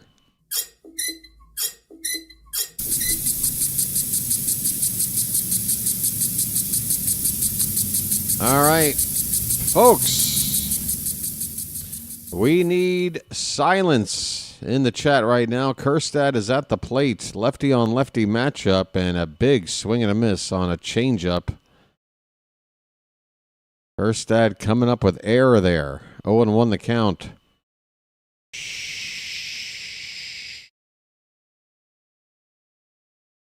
Another swing. This time he gets a piece. It's a foul ball at the plate, and he is in the hole 0-2. Oh, I'm seeing activity over there on the vertical side as well. Fantastic, folks. BW's doing W duty. He said double duty. All right, come on, Kjerstad. You can work with an 0-2 count. He does work with it. That's a line drive into right field for a base hit. First to third goes Ward. Silent J on an 0-2 count. Says no problem. Pulls it into right. Folks, Heston Kjerstad just might make this team out of spring. I was talking about it this morning, your morning, my evening, on my Discord, just in the past 24 hours, seeing how Beavers looked and has been doing so far, seeing Kjerstad and understanding their situation in terms of options and where they're at in their career. I have to think, unless Beavers really starts to rake or Kjerstad really falls off a cliff, that right now Kjerstad might have the inside edge, because you can't have them both. They kind of cancel each other out. Corner outfielder from the left side, potentially platooning somewhat with a guy like O'Neill. I'm thinking Kjerstad right now might have the pole position on that spot in the roster. Kobe Mayo's up, folks. First pitch strike to him. Get it all on there, Kobe. First and third, 1 out. We need to get a go-ahead run in this spot. 0-1 pitch. That's lifted. That should get a run in. And it's down for a base hit. No problem. Who's going to third? Safely into third base. Nicely. First to third there as well. The Orioles, RBI knock by Mayo, take the lead back. It's 3-2. Just get it all on there, Kobe. Just get it all on there. It's magic, you know. It's magic. And now is this scoreboard keeping up here?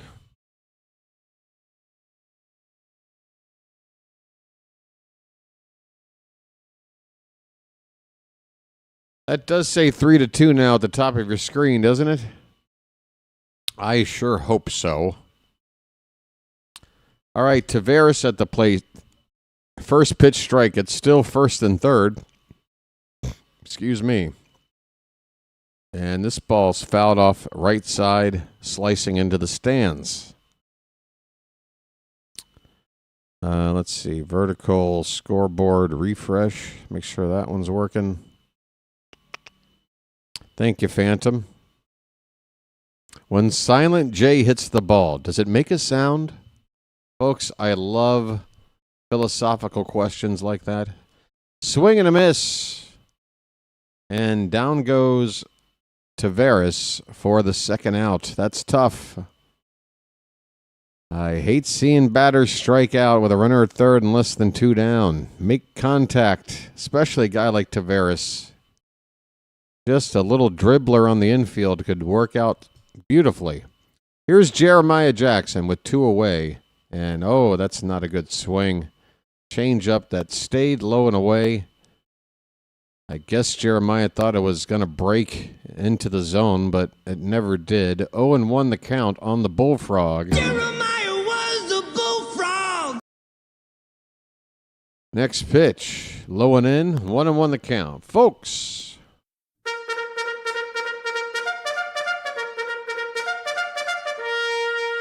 I'm not happy with this trading 1 run back and forth stuff. I want a crooked number on the board.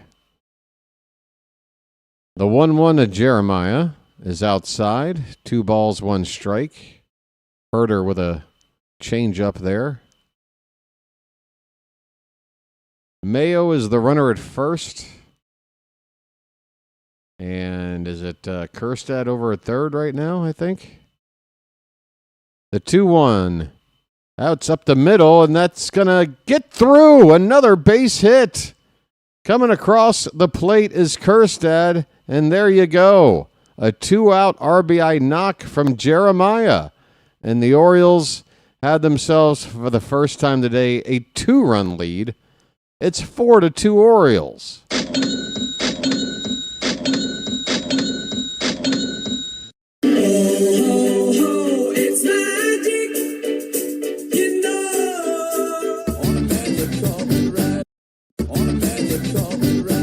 Gunner's up. Third time today. He's 0 for 2. First pitch inside. Ball 1. 2 down. Runners at first and second.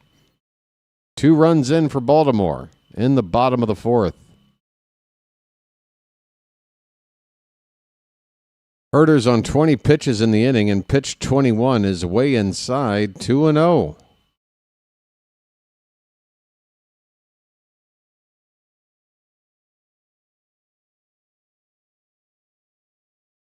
Got Mayo at second now. Jeremiah at first. 2-0 pitch. He's swinging. Gunner goes into right field. That ball is going to be caught on the run out there for the final out. Boy, the Orioles spraying the ball all over the place. They've got 9 hits here through the first 4 innings. 9 hits. Let me repeat that, folks. Your son has been absent this semester 9 times. And the Orioles so far through 4 innings at the plate have gotten hits 9 times. 9 times. If you know what movie I'm referencing, let me know. Come on, folks. Hey, by the way, speaking of movie reference, I've had an earworm that I'm probably not going to be able to get rid of now for a little while, because there is a song back from an 80s movie that I probably watched 100 times growing up. I even saw it in the theater. and this movie was a box office bomb, but it's still a cult classic. Let me know if you can identify the movie I'm thinking of with this little tune right here.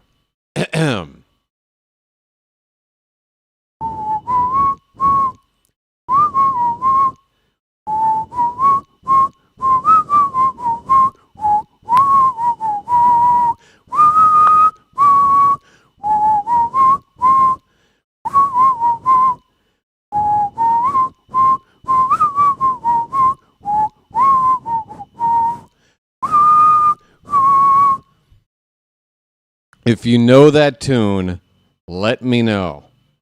I want to know one of you knows this 80s cult classic because I love this movie. I love it to death. Somebody's got to know.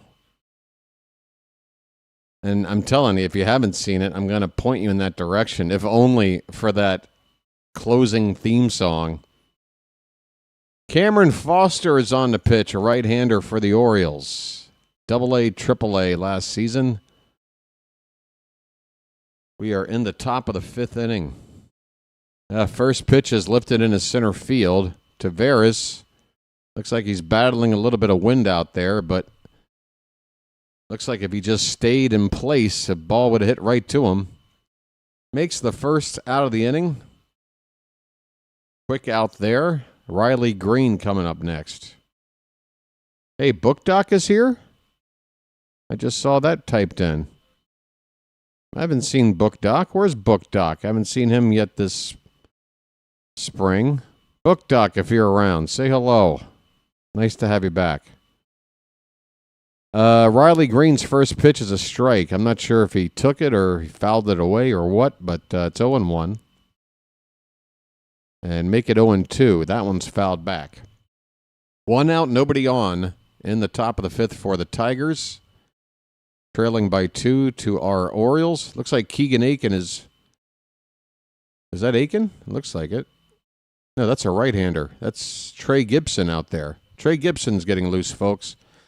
Here's a pop-up to center. Tavares moving to his right, and now coming into the frame, it's Ward. That was his ball the whole way. Cameraman picked the wrong outfielder to focus on. Routine fly ball to left for out number 2 in the top of the fifth. Nobody knows. I'm going to give it one more try because I'm telling you, the whistling I'm doing, it's on point. It is. All right, here's a famous quote from the movie. I'm going to give you a quote, and damn it, if this quote doesn't do it, then I got to make the Charm City chat a little bit cooler than this. I got to cool you up. All right, here's the quote. Folks, just remember, no matter where you go, there you are. That's the quote. That's the quote. We got a 1-1 count on Lee, the Tiger DH. Make it 2-1 on a pitch low from Foster. I guess I should see more about this Foster guy.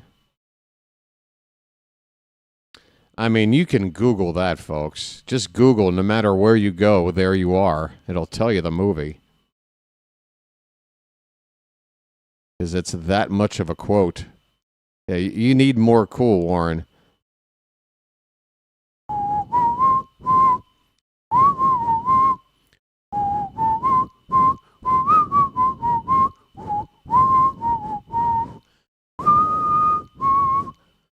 Jeff Goldblum is in this movie.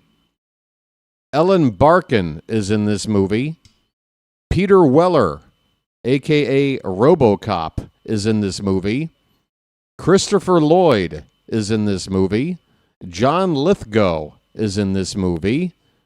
Character actor Clancy Brown is in this movie. And you want to know why nobody knows it? Because this movie was released the same weekend as Indiana Jones and the Temple of Doom and Ghostbusters. They had to match up against those two movies. but I was such a cinemaphile as an 80s kid. I actually saw this in the theater. I was one of a select few. And, it's just one of those 80s movies I love. All right, I'm going to have to give you the reveal. Good grief. Folks, I'm talking about The Adventures of Buckaroo Banzai Across the Eighth Dimension. Thank you, Noel.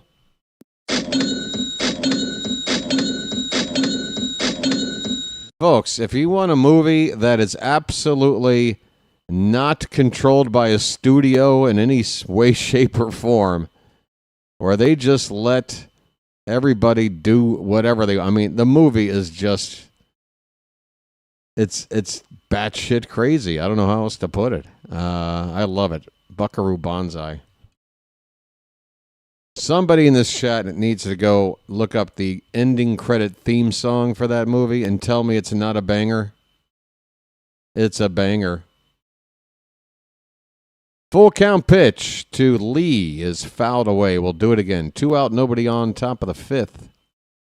Is it based on a comic book? I probably, but I can't guarantee that. I can't confirm that, Michael. I'm not a comic book guy. But there was a plan to release another volume of the movie. They actually tease it at the end of the movie, but unfortunately, the movie bombed so hard that the production company that made it caused them to go bankrupt. But it's still a movie that has its audience, people that love it, and I'm one of them. Here is a ball hit to right. O'Neill's coming in shallow, and now the second baseman, Jackson, will head out into shallow right field to make this catch. Inning over. We are halfway through, folks. The Orioles lead the Tigers 4-2. 4-2. In fact, my little whistle tune of that theme song is so on point that I'm thinking I might get a YouTube copyright claim for it being indecipherable from the actual recording. It's that close. I'm a big Stephen King fan, and I saw they are making a new The Mist. Making a new The Mist? What for? You mean some sort of continuation? That movie can't be more wrapped up than it is. So are we talking about a remake? A remake of a movie that's barely 20 years old? Why? I don't know why. I mean, I know why. Cash grab. That's why. There's still plenty of Stephen King stuff out there that hasn't been adapted into a movie. You got your Bachman book stuff. There's still a short story from the Bachman books. I think it's the same one that has the Running Man.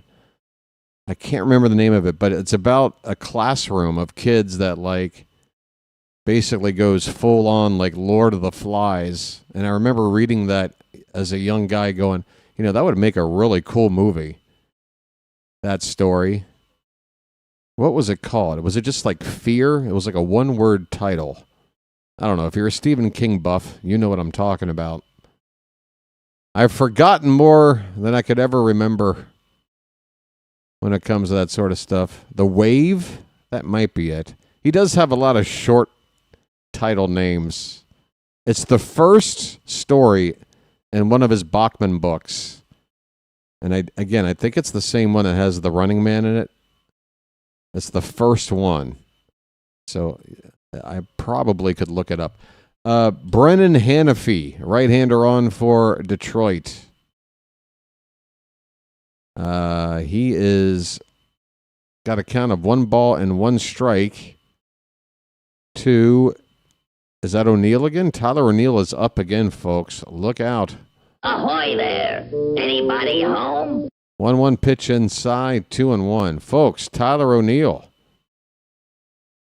I mean, at this point, do we just wrap him in plastic until opening day? Because I just want this Tyler O'Neill to be ready in a month.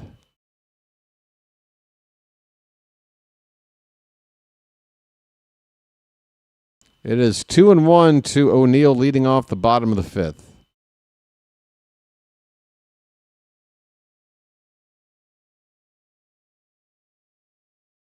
Hanafy's next pitch. O'Neill gets into that one, left center field. That ball is going to get down for a base hit. Folks, O'Neill is just willingly taking every pitch that he puts contact on and pulling it directly into left or left center field. I mean, he is right on every pitch that he's swinging at. It is a sight to behold, folks. If Tyler O'Neill's looking like this, that's the guy that's going to protect Alonso in this lineup right there. All right. So we got O'Neill on at first with nobody out. I need to get this box score back up. I'm worried we're going to start. Oh, no. Chat just crashed, at least on the horizontal side. Vertical's still up. Oh, Alonso going after a pitch in the dirt. Alonso's kind of been whiffing here past couple of games. Oh, he does have a single. I'm sorry. He's 1 for 2. I guess we're already spoiled. If Alonso doesn't hit a home run, we're wondering if there's a problem. There have been some changes in the Oriole lineup. I'll go over them here after the next pitch. 0-2 on Alonso. And that ball is hit on the ground to the right side. And that ball is going to squirt through in the right field for a hit. And going first to third, folks, you love to see it. O'Neill is out of the game. John Kinsey Noel, pinch running, just motored first to third there. And that's part of the changes here. Another change is right now, Alonso coming out of the game with Ryan Noda coming into pinch run. So good to see Noel going first to third, the big man. You got to have a good jump on a ball like that with a guy like him who's not a speed demon. Good stuff from Noel there. Okay, so nobody out. Chance for a big inning. Again, Noda running at first. Noel is at third. The catcher, Anderson, who replaced Basayo, who's got some kind of injury. We're still trying to wait for an update. Here's a ground ball. Could be 2, but it could score a run anyway. That is exactly what it is. That is a 4-6-3 double play ball, but a run does come in for us. The bases are empty now. No RBI for Anderson. It is now 5-2. You only get one of those if you score a run with a double play. But hey, we got a 3-run lead now. Bases empty, 2 down for Taylor Ward, who's already 2 for 2. And the first pitch to him is a strike. 11 hits. Yes, Michael.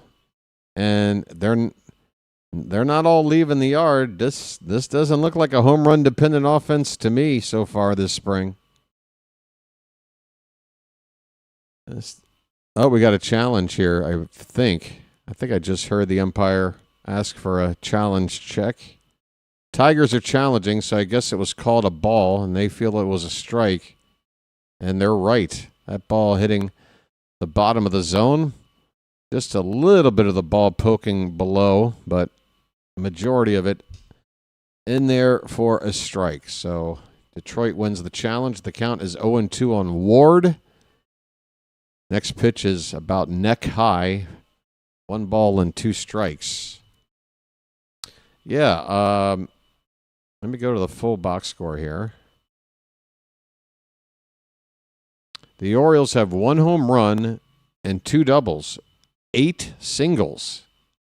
This pitch is popped up on the infield, should end the inning, and will be caught at second base, and that'll do it. But Baltimore extend their lead with another run. It is now 5-2 as a run comes in on a double play ball. We go to the 6th. All right.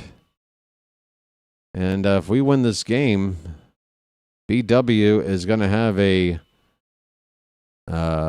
perfect record calling games. I have not called a loss yet. And let's keep that going in the regular season. Hey, folks, an old friend is wanting to stop by.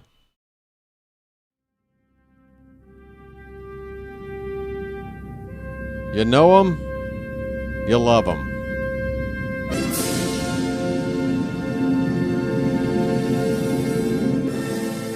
That's right, the Hat. Just wanting to check things out. The Hat in the spring, you know, the Hat is so weird. Just a weirdo. I feel like the Hat just tries to be different just to be different.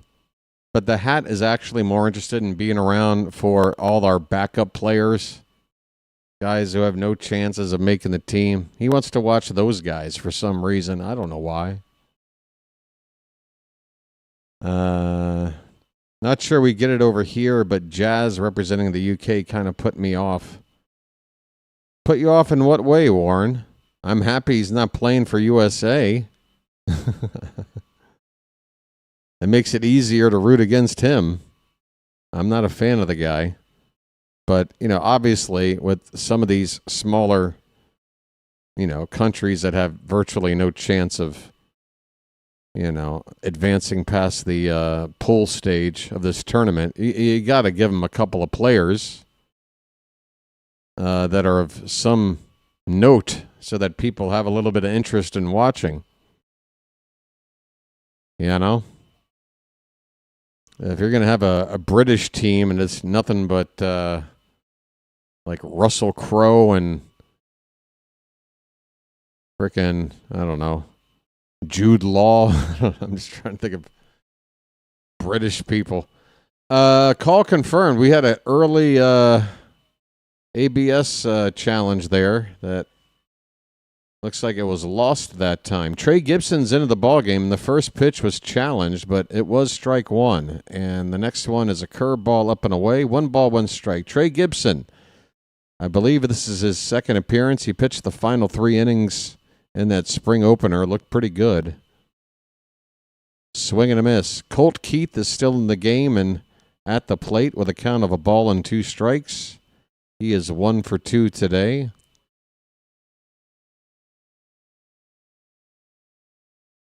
Oh, Russell Crowe's from Australia? Well, there you go. I suck. Here's a ground ball handled by the shortstop on the second base side of the bag.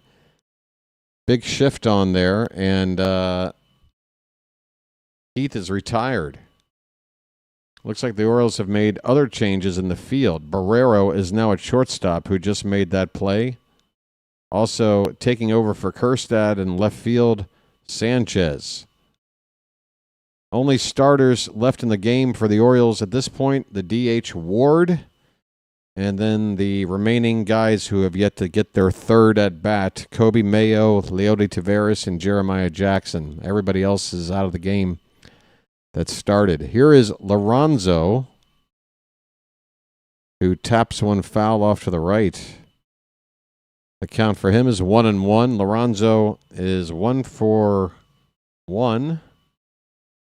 Or is he 1 for 2? No, he's 1 for 1 with a walk. But I think he's about to be 1 for 2. Pitch outside, 2-1. 1 out, nobody on. In the top of the 6th, 5-2 Orioles. A reminder, folks, next game is going to be on Saturday against the Braves. Tomorrow's game against Pittsburgh will not be televised. However, the Revolution will be. Baltimore, you are seeing history being made today. And that revolution is the Orioles breaking a 43-year-old drought. Swing and a miss. Nice slider by Gibson to get the strikeout. There you go. Well, y'all come back now, you hear?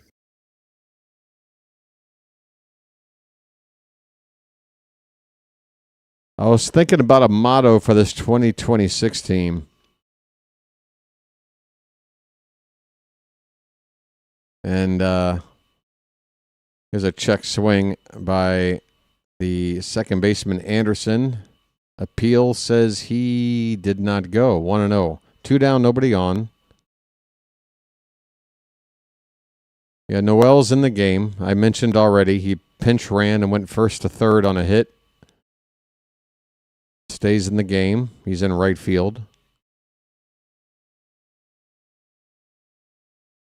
They'd said Kjerstad was out of the game, and now I'm looking back at the box score, and that has been switched. Kjerstad is now showing to still be in the game, so it's spring, folks. Even the people who have to upload this information into the ESPN page, they're probably a little rusty too. 3-1 the count now on Anderson.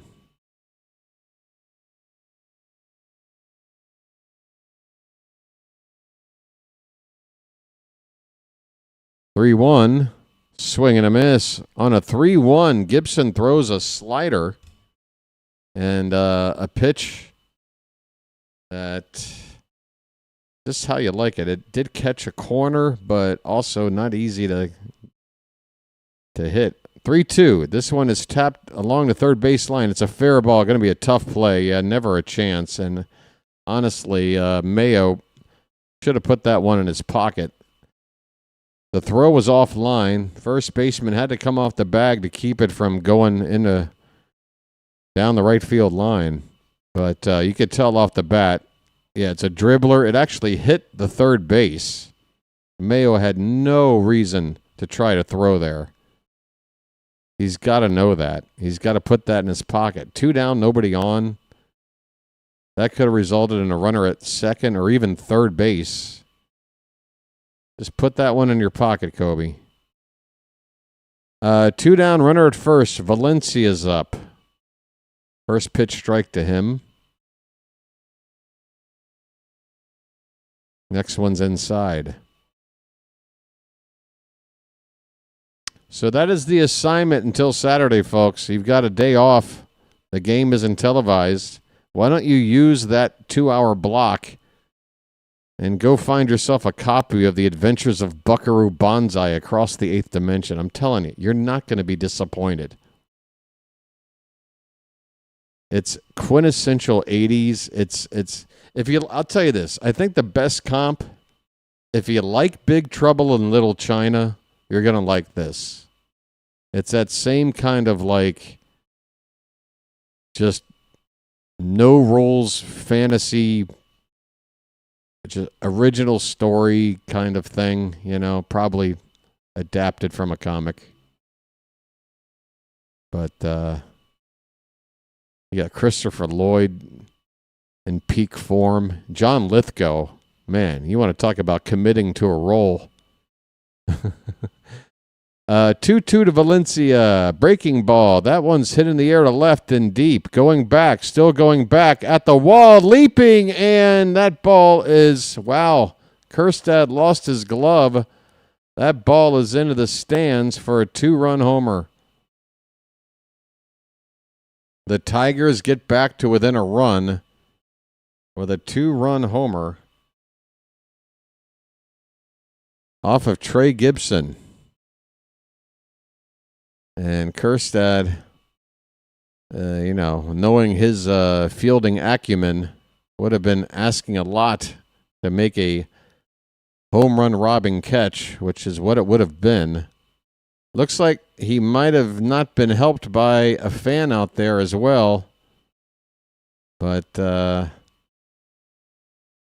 that's too bad that fan, even though he had a right to be where he was to interact with the ball, it did ruin any chance for Kjerstad to possibly make that catch. Kjerstad had the glove higher, though. You know what? I mean, you could say the guy kind of distracted him, but that ball was in the heel of Kjerstad's glove. However, the glove came off his hand, but the ball landed on the wrong side of the fence. It would have been much better the other way around. The glove lands on the opposite side, and the ball drops in the field of play. But apparently it was the other way around. All right, 3-1 now on Cruz at the plate. 2 down, 2 runs in for the Tigers. Orioles lead 5-4, top of the 6th. Pitch, curveball, good one for strike 2. Gibson does not appear to be afraid to throw the off-speed stuff when behind in the count. Payoff pitch, that is bouncing in there for ball 4. 2-out walk to Cruz. Gibson struggling more than he did in his first outing here. Although, again, with a little bit of luck, that 2-run homer could have been out number 3. Just did not work out that way. Did a known director direct Buckaroo Banzai? No, not a super known director. But what's really funny about the movie, there's a very interesting fact about that movie. The people who made that movie were wondering just how much they could get away with without studio interference. And they actually had a scene where Jeff Goldblum and another character are like walking through this lab, and inexplicably there's this giant watermelon sitting like just way out of place in the foreground, like on this like press machine. And Jeff Goldblum's character even asks, like, why is there a watermelon there? And the other character goes, don't worry about it. And they just walk through the room. And it turns out that that scene, here's a ground ball to third, and Mayo can't handle it. Damn. Boy, folks. I don't think it's going to work out for Mayo at third base. This doesn't look like he's improved since last year. It seems like he's got first base okay, but it's like he's got the jitters at third.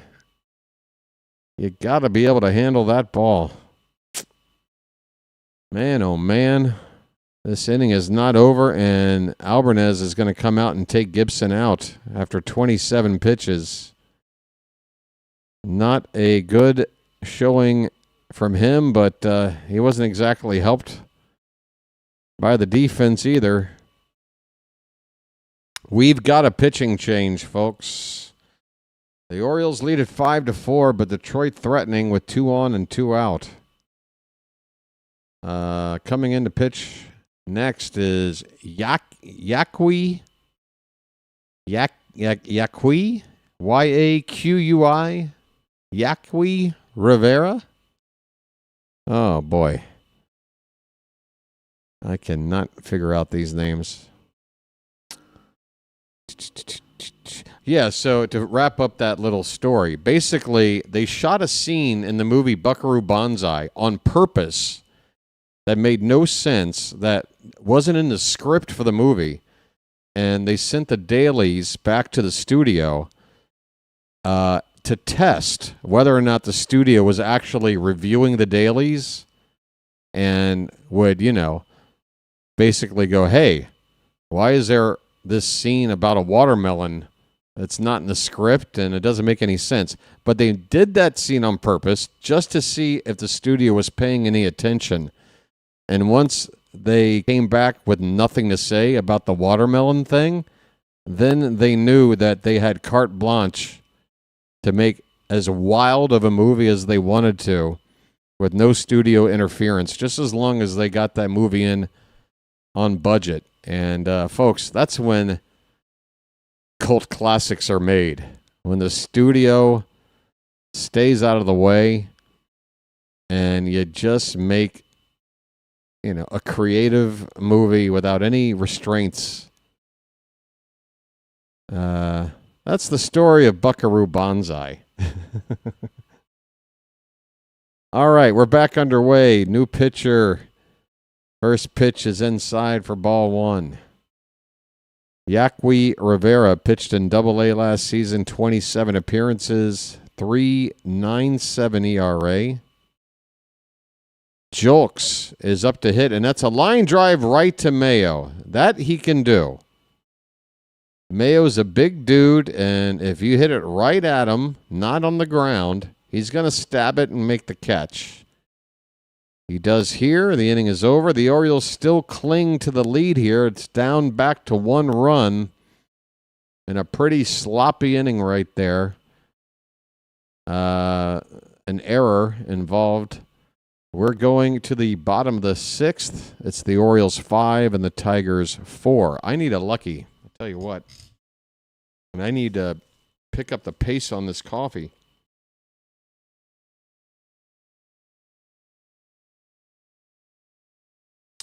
Folks, thanks for hanging out with me. Be sure to hit the like button if you haven't already. It really helps out the channel, especially here in the spring. You know, the whole idea is, you know, we're not expecting a turnout like there would be in the regular season, but what we're trying to do is let YouTube know that this channel is the channel to go to for Oriole games when the regular season kicks off. So covering these spring games, being there for every televised game, that's what I want to do. I want to be the guy that when he searched for the Orioles live in YouTube, that I'm popping up at or near the top of the page.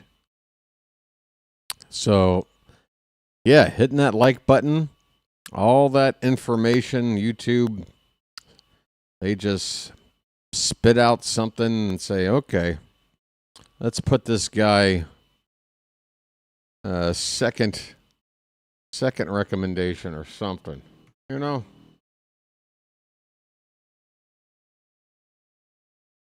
Taylor Ward is out of the game now. He's being interviewed by the Oriole broadcast team. I don't see anybody having replaced him at DH yet, but they don't need to until his turn comes up to hit. But he's certainly done for the day. Now in interview mode. Gibson was born right up the road from Newport News. Oh, is that where you live? First pitch here in the bottom of the 6th inning, a left-hander, Gunther. So another Tiger that was listed. I shouldn't say another Tiger. Another player that was listed as day-to-day. Wow, Kerstad with a line drive, but right at the right fielder who makes the catch. He had to get into a crouch and battle the sun perhaps a little bit. An atom ball right at the right fielder. Good contact there from Kerstad, but that is out number 1.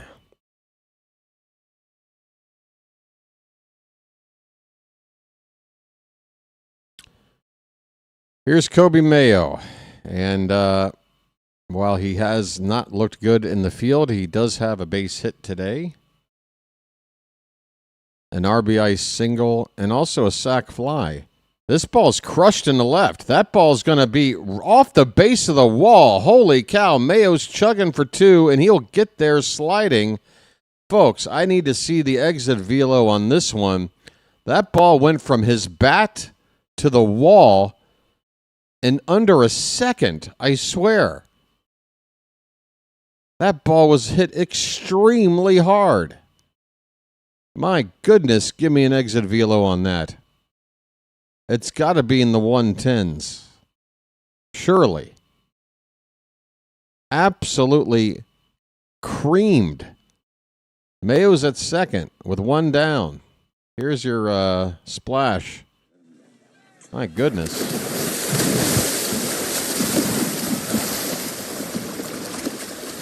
Leody Taveras at the plate. He's got a count of 0-1. Gunther throws a pitch low and in. Taveras turns around the bat right-handed against the lefty. And Willie Taveras. Leody is 0 for 2 today.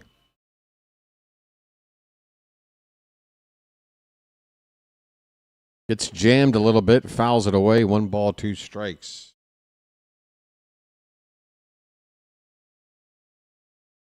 Yeah, Kerstad, again, he made that out, Michael, but hit the ball hard. Just right at somebody. 1-2. That's very high. 2-2 on Taveras. How about a bugle?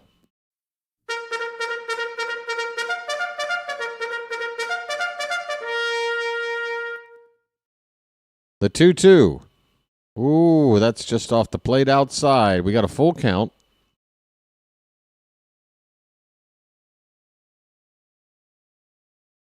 Who's that over there? Somebody's saying hi in the vertical stream. I don't want to ignore you. Here's a chopper. Handled at second base, and he will throw out Taveras for the second out. Moving up to third is Mayo, but there are now 2 down.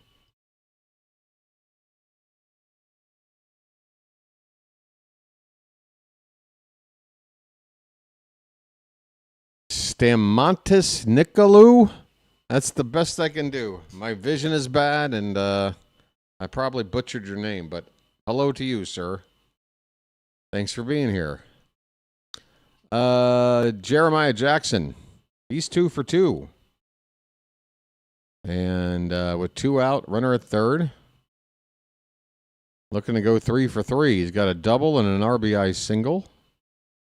0-1 pitch is called strike 2 on the Bullfrog.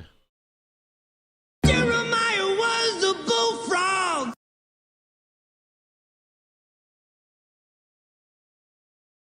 0-2 pitch up and in.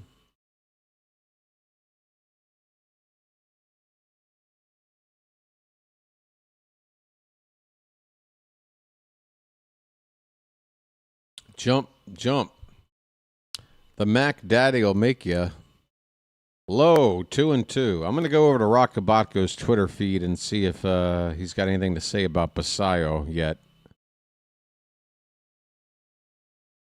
He has said, it says right side abdominal discomfort.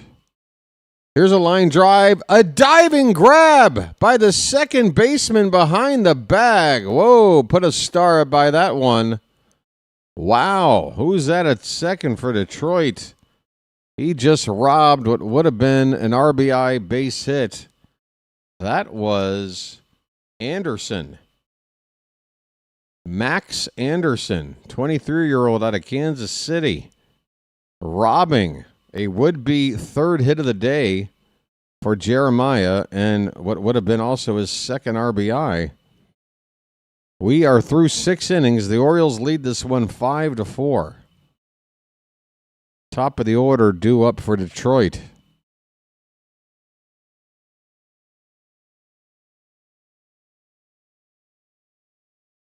Folks, what's going on down at the nightclub tonight? Where's you from? Baltimore. What? Baltimore. Baltimore? What's that? Look, it doesn't really matter, all right? I mean, you know I'm a Lucky Strike man from way back, so. This being Baltimore and all. Folks, when are we going to get an umpire that pisses me off? I haven't hit this button yet all spring. Oh, no, not the bees! Not the bees! Ah! Oh, my eyes! Eyes! Ah! Oh, your eyes, your eyes. In your eyes, the light, the heat, your eyes, I am complete. Your eyes, I see the doorway, your eyes of 1,000 churches, your eyes. Sorry.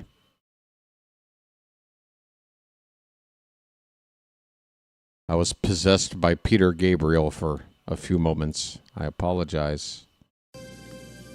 We're number 1. I'm up all night to get lucky.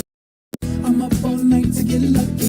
All right, so Gibson's allowed to come back into the game after struggling in the previous inning. He's got a fresh start here in the 7th. And it's actually the 2, 3, 4 hitters due up. It looks like Clark is in for Riley Green, left-handed batter. And a foul ball makes the count on him. 1 ball, 1 strike. Top of the 7th, 5-4 Baltimore.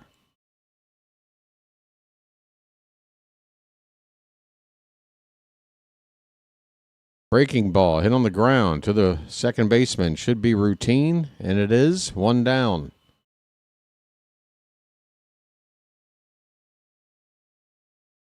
Who is Ardoin? Silas Ardoin. I do believe he's like the 6th catcher in our depth chart. Something like that. Could be wrong. Here's Lee coming up to hit for the 4th time today, and he immediately hits a ground ball to second. Should be another routine play, and it is. 2 quick outs for Gibson here in the 7th. Hey, Basayo is walking around beyond the gates in another area of the complex. He's just walking around, maybe just trying to shake things off. I think this isn't going to be a major injury. Obviously, if it was major. Wow, hello. A little kiss from somebody. Sammy's just strolling around somewhere, and next thing you know, some chick gives him a smooch. Looks like he's, I guess that's his woman. Damn, Sammy. Gets out of the game, and next thing you know, he's hooking up. Good for you, buddy. All right, Carson Rucker is the batter for the Tigers here. He's got an 0-2 count already. Make it 1 ball, 2 strikes. Sammy's pacing around beyond the fences.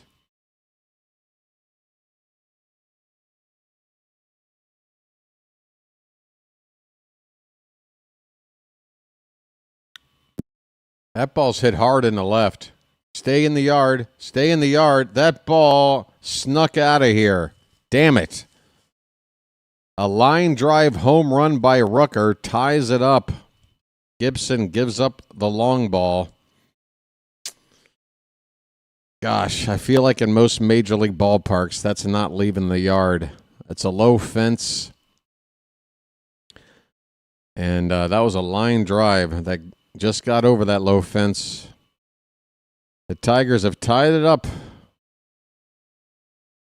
A home run by Rucker, 5-5. Here is Lorenzo. He's still in the ball game. He's going after the first pitch, and another play for second base. This one's a tough one, and it's made. Hey now. That is Aaron Estrada into the ball game, and he had a busy inning. One of our newer additions, showing his defensive work. Couple of routine grounders, and then this one, he had to go far to his right and throw off 1 foot off balance, and made the play there to end the inning. We have hit the 7th inning stretch here. This game is currently tied, and folks, we have a tradition around here, although it's more of a subdued version of that tradition. Again, I'm trying to appease my neighbors by withholding all the screaming and yelling for the regular season. But folks, 7th inning stretch, how about you put some cakes up in the old chat there? You feel me? We need some cakes. Come on now. Thank God I'm a country boy. Thank God I'm a country boy. Thank God I'm a country boy. Oh, and there we go. You can see it, folks. That's what happened to my glasses about probably 2 months ago now. They are broken, but I got a workaround. There we go. Oh, gosh. I only had these glasses like a few months before I stepped on them by accident. Harry Carey, what about Harry? You want to hear from Harry? Boy, Harry, you're full of energy. You look great. I hate to tell you how I feel. I swear. I've had that bad back myself. Also, with this cold, it just seems like it's settled in there. That's age, friend. I don't care what it is. It feels awful. You smell like a drugstore. That's right. I am a drugstore. You're not a hypochondriac, are you? What does that mean? Oversexed? Yes. Nymphomaniac, hypochondriac. It's tomato as far as I'm concerned. Bottom of the 7th, Kobe Mayo is being interviewed. He's got a big smile on his face. I guess that's because of the work he did at the plate in the field. I don't know what there is to smile about after today. Kobe. The hitting is looking good. September last year, folks, if you remember, Kobe finally started putting it together. Seems to be carrying it over with the bat in the spring, but if he's going to play third base mostly every day until Westberg's return, if he returns, defense has got to be better than this. Here's a called strike. It is 3-1 on Jose Barrero. Played with the Cardinals last year in a handful of games. On a 3-1, he goes after it, hits a ground ball. Third baseman cuts off the shortstop and makes the play, 1 down. Why does it say Ward there? Is he due up or... Where the hell are we? Do I need to refresh some things? Refresh. Exciting. Whoops, that didn't work. Let me try that. John Kinsey Noel's got his first chance to swing the bat today. First pitch to him is a little bit off the plate for ball 1. Noel was with the Guardians. Made his major league debut playing us and hit a home run. That pitch inside, 2-0. Got a lot of power. Big man. If he can hit for any kind of average, might be a guy you want to make room for in the team. We'll see. 2-0 is just a little bit off the plate. 3-0 on Noel. I guess if he does make the team, I need to find a sound drop. Some sort of Christmas carol music. Maybe some jingle bells. Some sleigh bells, you know. Count now 3-1 on Big Christmas.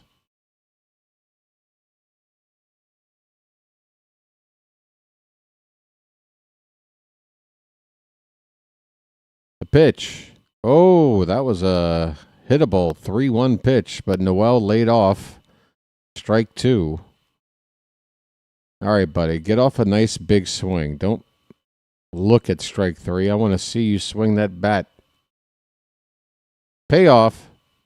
Swung on, hit to second base on a bounce. A little bit of a bobble there, but plenty of time to handle it. Noel retired, 2 down. Bobo. Folks, Bobo's here. How you doing? What was that? It was bad. It had nothing, no fire, no energy, no nothing. You know. That wasn't the button I was looking for. Oreo.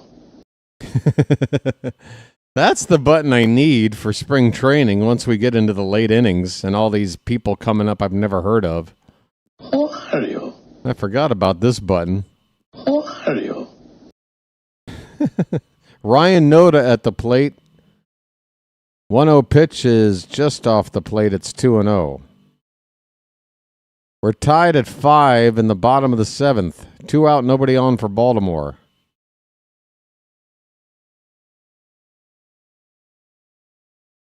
This one swung on and hit the first base.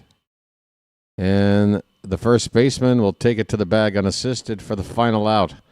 We go to the 8th. We are tied at 5. The Orioles with 12 hits. Tigers with 8. We did have a couple of opportunities to put more runs up than this and have a lead, but that is not the case. But we do have a couple of more frames to swing the bat. Brian Ramos is now into the game. First chance I've seen him. Another waiver pickup for us, I believe. he is going to hopefully get in at bat. Reed Trimble is in center field now for Taveras. Ardoin is doing the catching now. Ramos at third. So Mayo and Anderson, who was the second catcher of the day, are both out of the game. So just to go around the entire field here, Ardoin behind the plate, Noda at first, Estrada at second, Barrero at short, Ramos at third, Sanchez in left, Trimble in center, and Noel in right, with Taylor Ward still listed as the only DH. But again, when his turn comes up, which is next inning, I would assume another hitter will come in for him. Meanwhile, the Tigers look like this. Lee is catching. First baseman now is Myers. Second base, Anderson, who's been in there the whole game. Rucker, who hit that game-tying home run, is at third base. Penny is in for Peck at shortstop. In left field, it's Malgin. Center field, I believe it's Max Clark. Clark in center field, and then Corey Julks in right. You got all that? Orioles. All right, Gibson's out for another inning of work. He's on 37 pitches after throwing ball one here to Max Anderson. Again, Anderson has stayed in the game since the start. He's 1 for 3 with a single and a run scored. He hits a ball on the ground, a second. Estrada bobbles, recovers. And I say bobble. Basically, he didn't cleanly get it into the glove, but he stopped it right at his feet and had time to throw out that batter.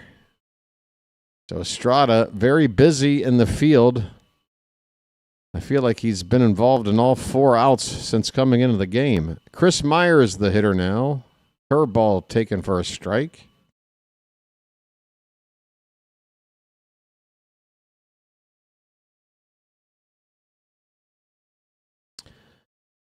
Yeah, I mean, we've got time to see Mayo improve, but just, early doors, it doesn't look pretty.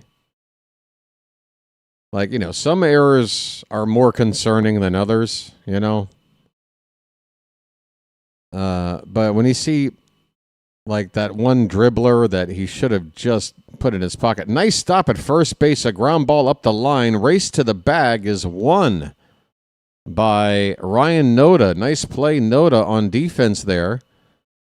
Playing near the foul line, so stopping a would-be double from going down the line, and also able to not only pick it cleanly, but pop up and beat the runner to the bag for the second out. Okay, this is Malgary.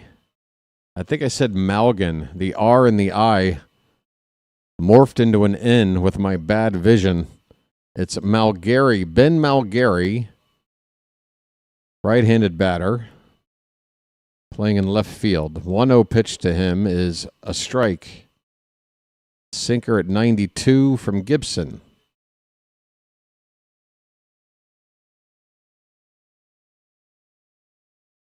Gibson rocks that glove over his head, kind of like Nolan Ryan would in his windup, but he doesn't do it for the windup. He sort of does it as a way to begin his delivery. He kicks the glove behind his head, and then he goes into his windup from a more set position. Does that make any sense? Let me watch again. Was that just a one-off? Let's see. He's got the ball in his hand. Yeah, he puts the glove behind his head, but then basically resets and then pitches. A little quirk. Hey, there's a called strike 3. Malgary caught looking in the inning. Folks. Well, y'all come back now, you hear? Well, y'all come back now, you hear? That'll do it here in the top of the 8th. Bottom of the 8th coming up. Remember, folks, spring training, no extra innings. If the Orioles want to win this one, they've got 2 frames left to take a lead. We're tied at 5. If we tie this, we'll have a record of 3-2-2.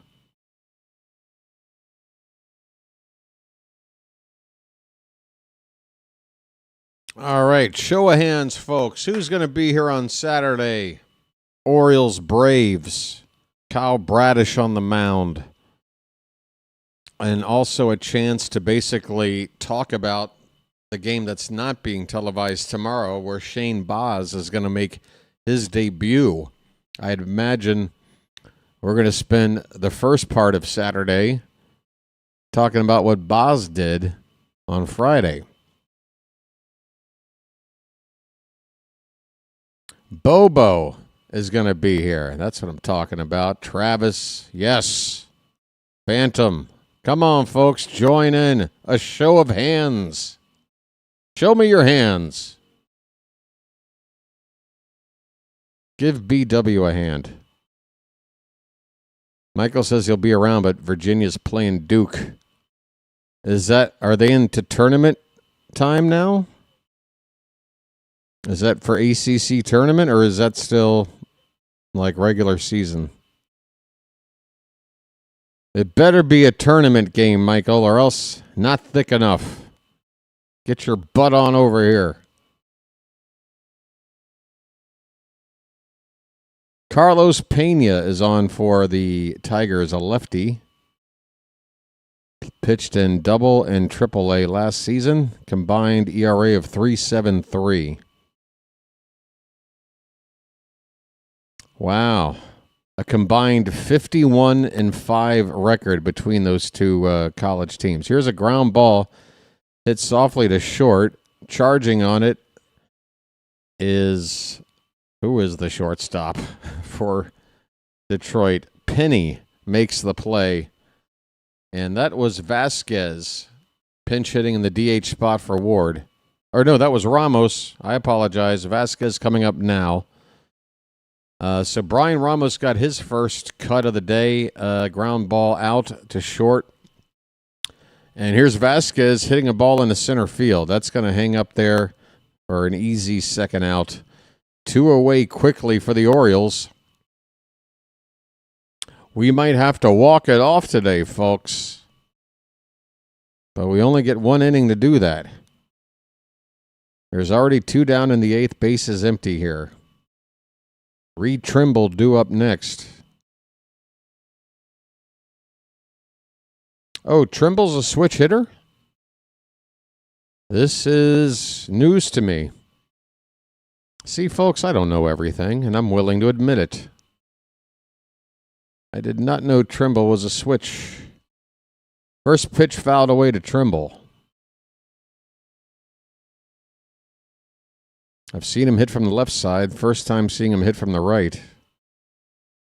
That's a called strike. Do we want to challenge that one? I mean, I feel like we've got 1 left to use. We're late in the game.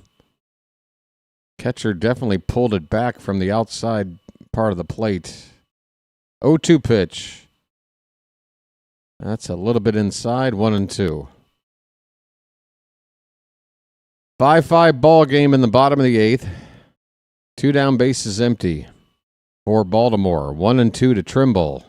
Pena's pitch. That's high. Count even at 2-2.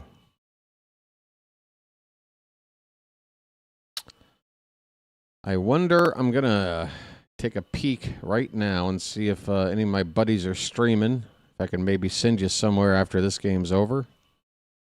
Oh, now we're challenging. Yeah, that's a ball. That's 2.5 inches out of the zone. That is definitely a ball. The Tigers just lost their last challenge. 2-2 pitch. Outside, full count on Trimble.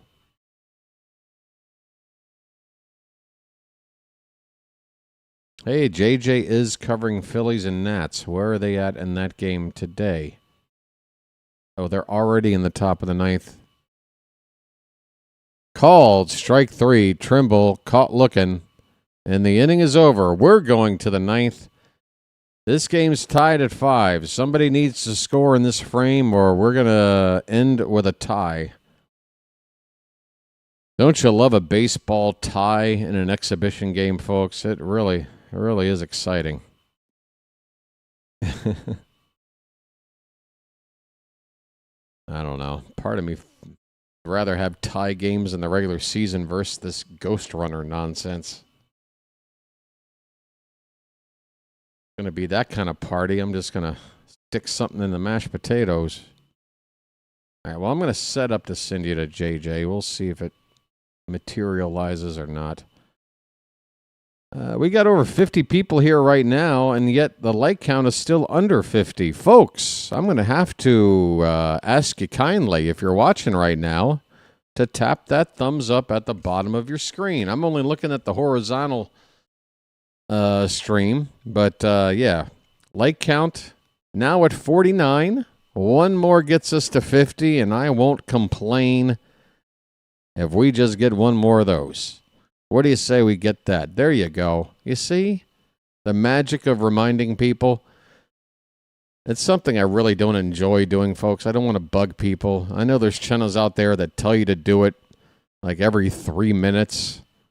I don't want to be one of those channels. And again, I was very thrilled with yesterday's turnout, all things considered. And I think I brought up hitting the like button once, and we got over 60 likes. 70 combined with the vertical stream.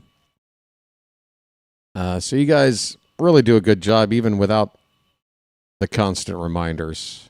But I do appreciate it. Up to 54 likes. Wow. Maybe I should just keep talking about it. I'll just keep talking about it till we get to 60 now. Now I'm greedy. No, I'm fine. We're good. I appreciate it. All right. Well, if asking for likes worked that well, why don't we go one step further? Hey, if you're not subscribed, let's try to get that sub count up to 3670 today. I think we're a couple away from watching that ticker roll over. The old odometer. Oh, that's perfect. Why didn't I think of that sooner? Folks, the sub count here on the BirdWatcher channel is the odometer. Get it? Good. All right. Top of the ninth. First pitch strike. Next pitch ground ball to short. Should be routine. 1 out. I don't know who's hitting. I don't know who's pitching. Hold on. Where the hell are we? I believe that was Penny making the ground ball out. By the way, new pitcher in for Baltimore. Never heard of this guy. Andrew Magno, right-hander. No, left-hander. He bats right-handed, as if that matters. Magno. Oh, you can have a lot of fun with that name for nicknames. Magno. I mean, is that an X-Man? Or is he in the DC or Marvel universe? I don't keep up with that crap. 0-1 pitch. That one's hit in the air and pretty deep. Pretty deep. Tracking it and not able to make the catch in center field. And motoring all the way to third base with a triple. Corey Julks, who is in center field. They should have been able to secure that baseball. That was Reed Trimble out there. And now the Tigers have a chance to get the lead late. With the runner at third and only 1 out. Yeah, Trimble, what are you doing, man? Not good. Center field is such an important position, and man, we don't have a proper center fielder. I mean, that and catcher, it just exposes a team. Okay, they're showing a shot of the flag and the breeze whipping around, so perhaps they're implying that Trimble had to deal with some tough wind conditions out there, but still, the ball hit the heel of his glove.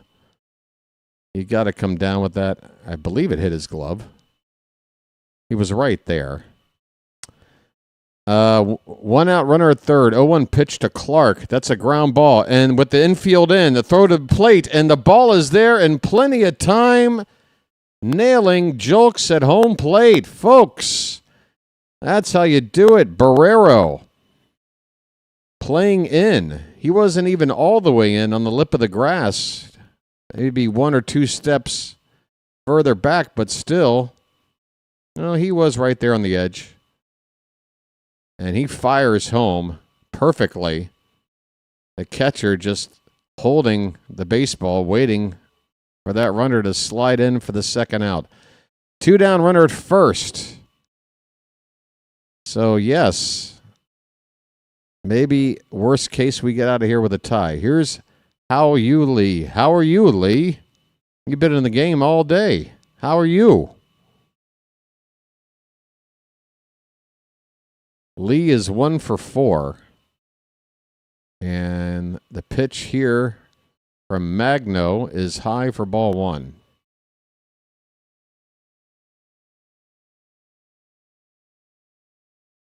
Oh, yeah, I'm not worried about Tavares in center field.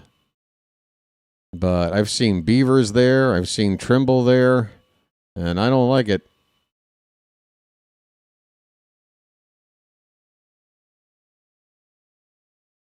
That pitch is fouled away. It's a ball and a strike on. How are you, Lee?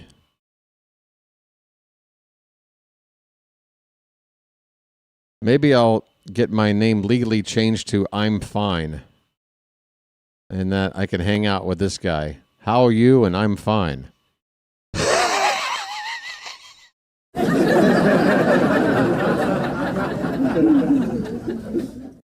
It's the How are you? And I'm fine show.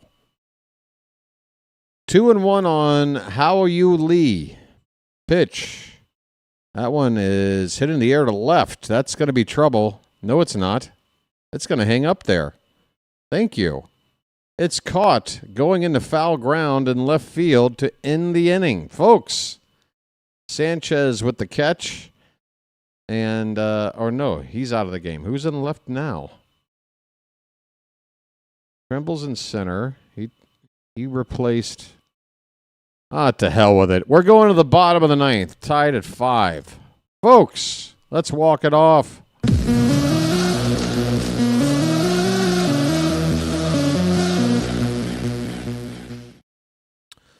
Let's walk it off. Oh, good. Yeah, because good is a... can it be pretty good? How are you? Pretty good. How are you will be up pretty good. Coming up on deck. Yeah. I'm going to eat this cracker off mic. Thank you.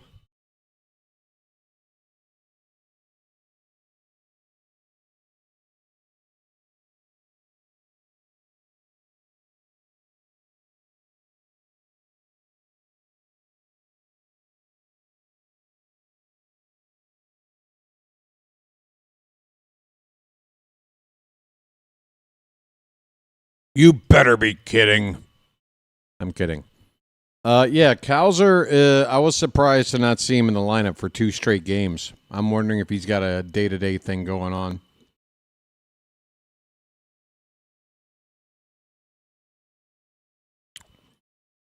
Taylor Ward's out of the game, Chowa. So, are you talking about...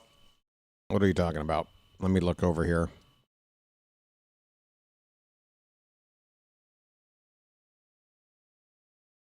Yep, it has to be refreshed. That is something that's going to be, unfortunately,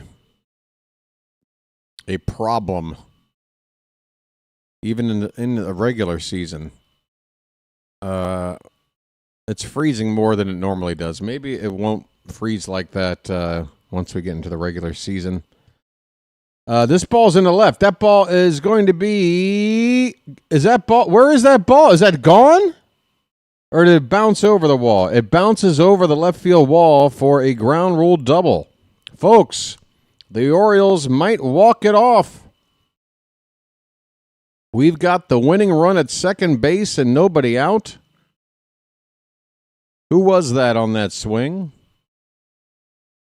Was that Vasquez? No, that was Estrada, I believe. Aaron Estrada. He's made a nice play on defense, and here he is with a double, representing the winning run at second base. This should be now Ardoin at the plate. Yes, Silas Ardoin. And I'm telling you, buddy, you got to move this guy over. Jeremiah's on deck. You got one job right here, buddy. That pitch is outside. He's got a count of 2-0. So Estrada, he's got some decent speed. He's at second base. And then you got Jeremiah on deck. I'm not too confident Ardoin can deliver the game-winning hit here. I just want to see him give us a productive out and get that runner over to third. The count on him right now is 2 balls and a strike. The pitch. That's called strike 2. And do we have a challenge left? Honestly, now's the time to use it.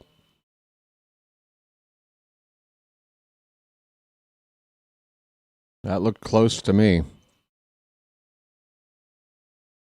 2-2 pitch. Breaking ball. Ardoin is going to doink it over the glove of second base. Having to stop at third is Estrada. But the Orioles now have the winning run just 90 feet away with nobody out.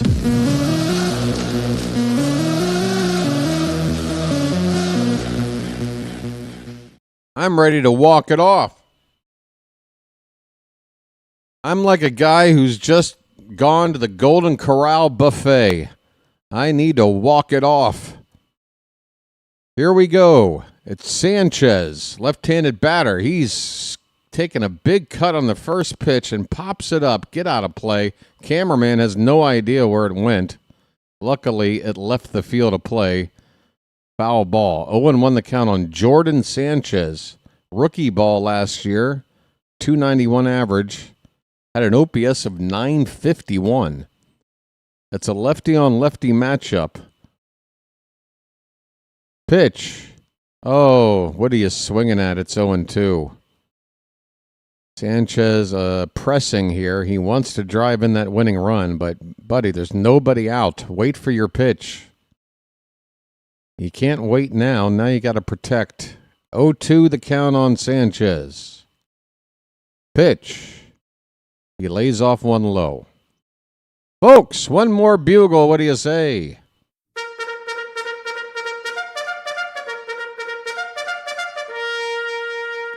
Winning run 90 feet away. Nobody out. A ball in play. A lot of ways to win. 1-2. That's a line drive up the middle. That should do it. That's a base hit. Coming across to score is Estrada, and the Orioles walk it off with a W. Folks, BW only calls wins.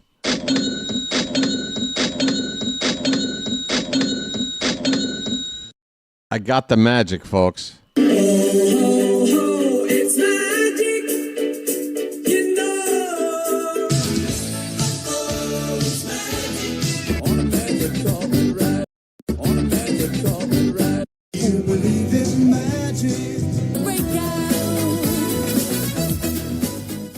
Folks, BW's on the call. How do you feel, Charm City chat?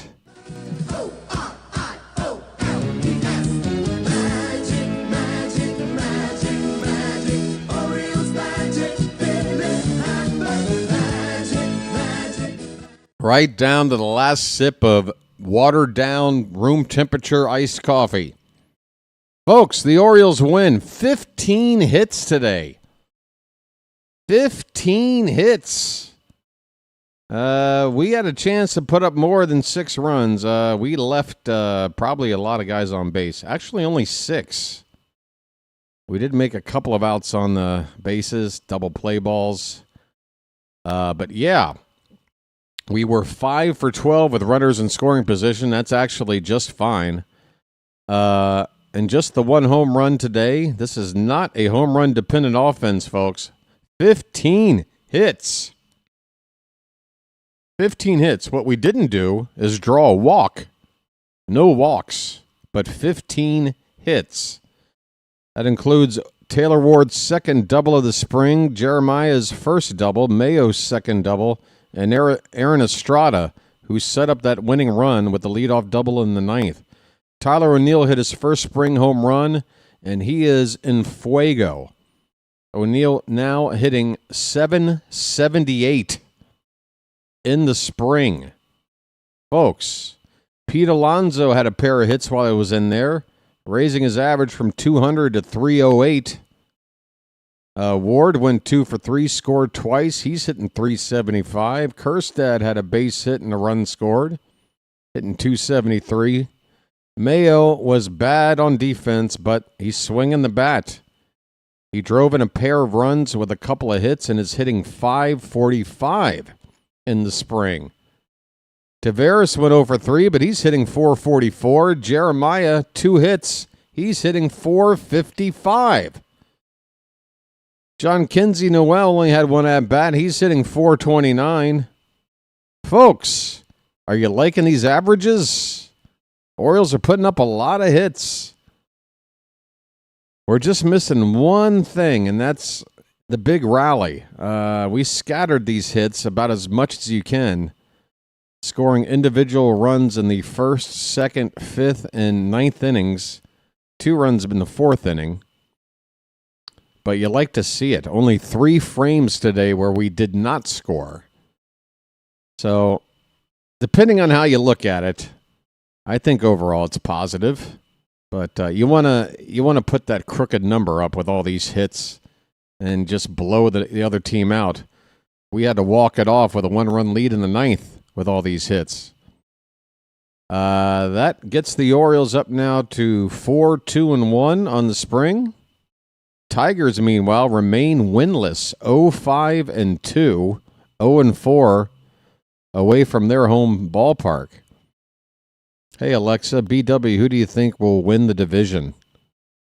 I mean, I would be guessing like everybody else, Alexa. So here's the non-biased answer. That is 4 teams I think have a legitimate shot to win. And to pick one would to just be guessing. Toronto, they are coming off the American League pennant winners. But they are also a team that just 1 year prior finished last. This is a division that is going to be a gauntlet. And I don't think anybody, whether you're Toronto, Boston, New York, us, I don't think anybody should be sitting there feeling confident about winning the division.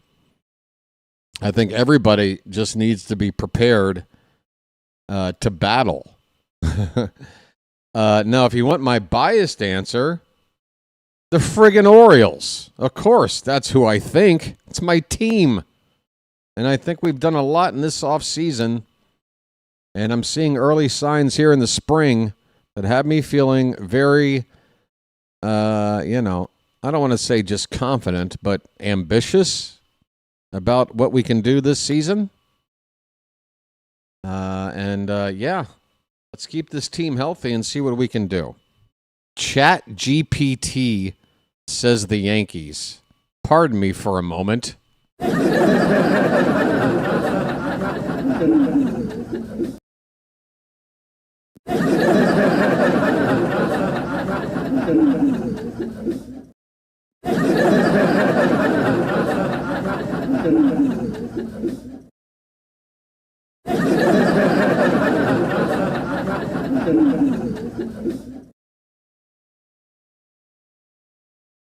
Alexa.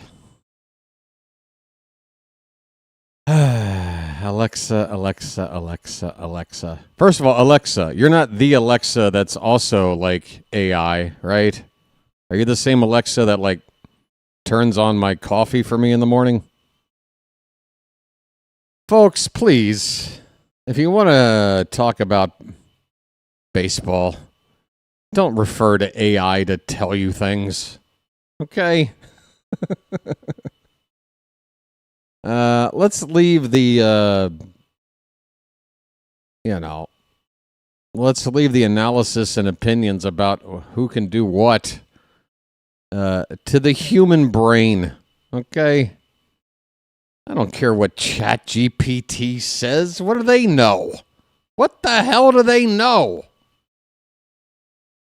Or they got some equation? Divide the number of World Series rings by total payroll. Multiply it by how much a dream seat costs in the front row. I don't know. It's just... Ugh. What in the world? Hey, JJ, buddy, that's 2 straight days where I tried to race over and redirect my folks over to you, but you had just signed off yesterday 2 minutes before me. JJ, I thought you were the king of the long wrap-up show. I thought I was going to get over there. Say hi to JJ, folks. If you haven't subscribed to his channel, I advise that you do. And he's a mod here, so I do believe if you just click on his name, it'll pop up a little window that gives you the option to go right to his channel. Do that for me, folks. JJ, good man, calls a good game. You're saving that for the regular season? Yeah, everything should be saved for the regular season. By the way, Alexa, I'm just picking on you. Don't run away now. Come on, Alexa. Come back to me, Alexa. I'm just picking on you. I mean, ChatGPT telling us who's... yeah, well, why even bother, folks? AI already knows what's going to happen. We don't even need to watch. What are we wasting our time for? My goodness.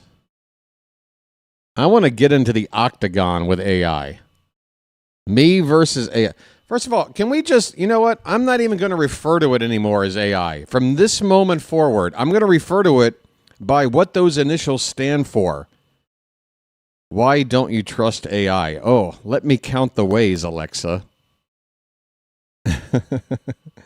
I need to wrap up this stream pretty soon, so we'll have to save that conversation for another ball game. But... yeah, artificial intelligence, in case anybody's forgotten what the initials AI stand for. Artificial intelligence. We do know what the word artificial means, right? Let me just pop it up here. I don't want to get this wrong. Yeah.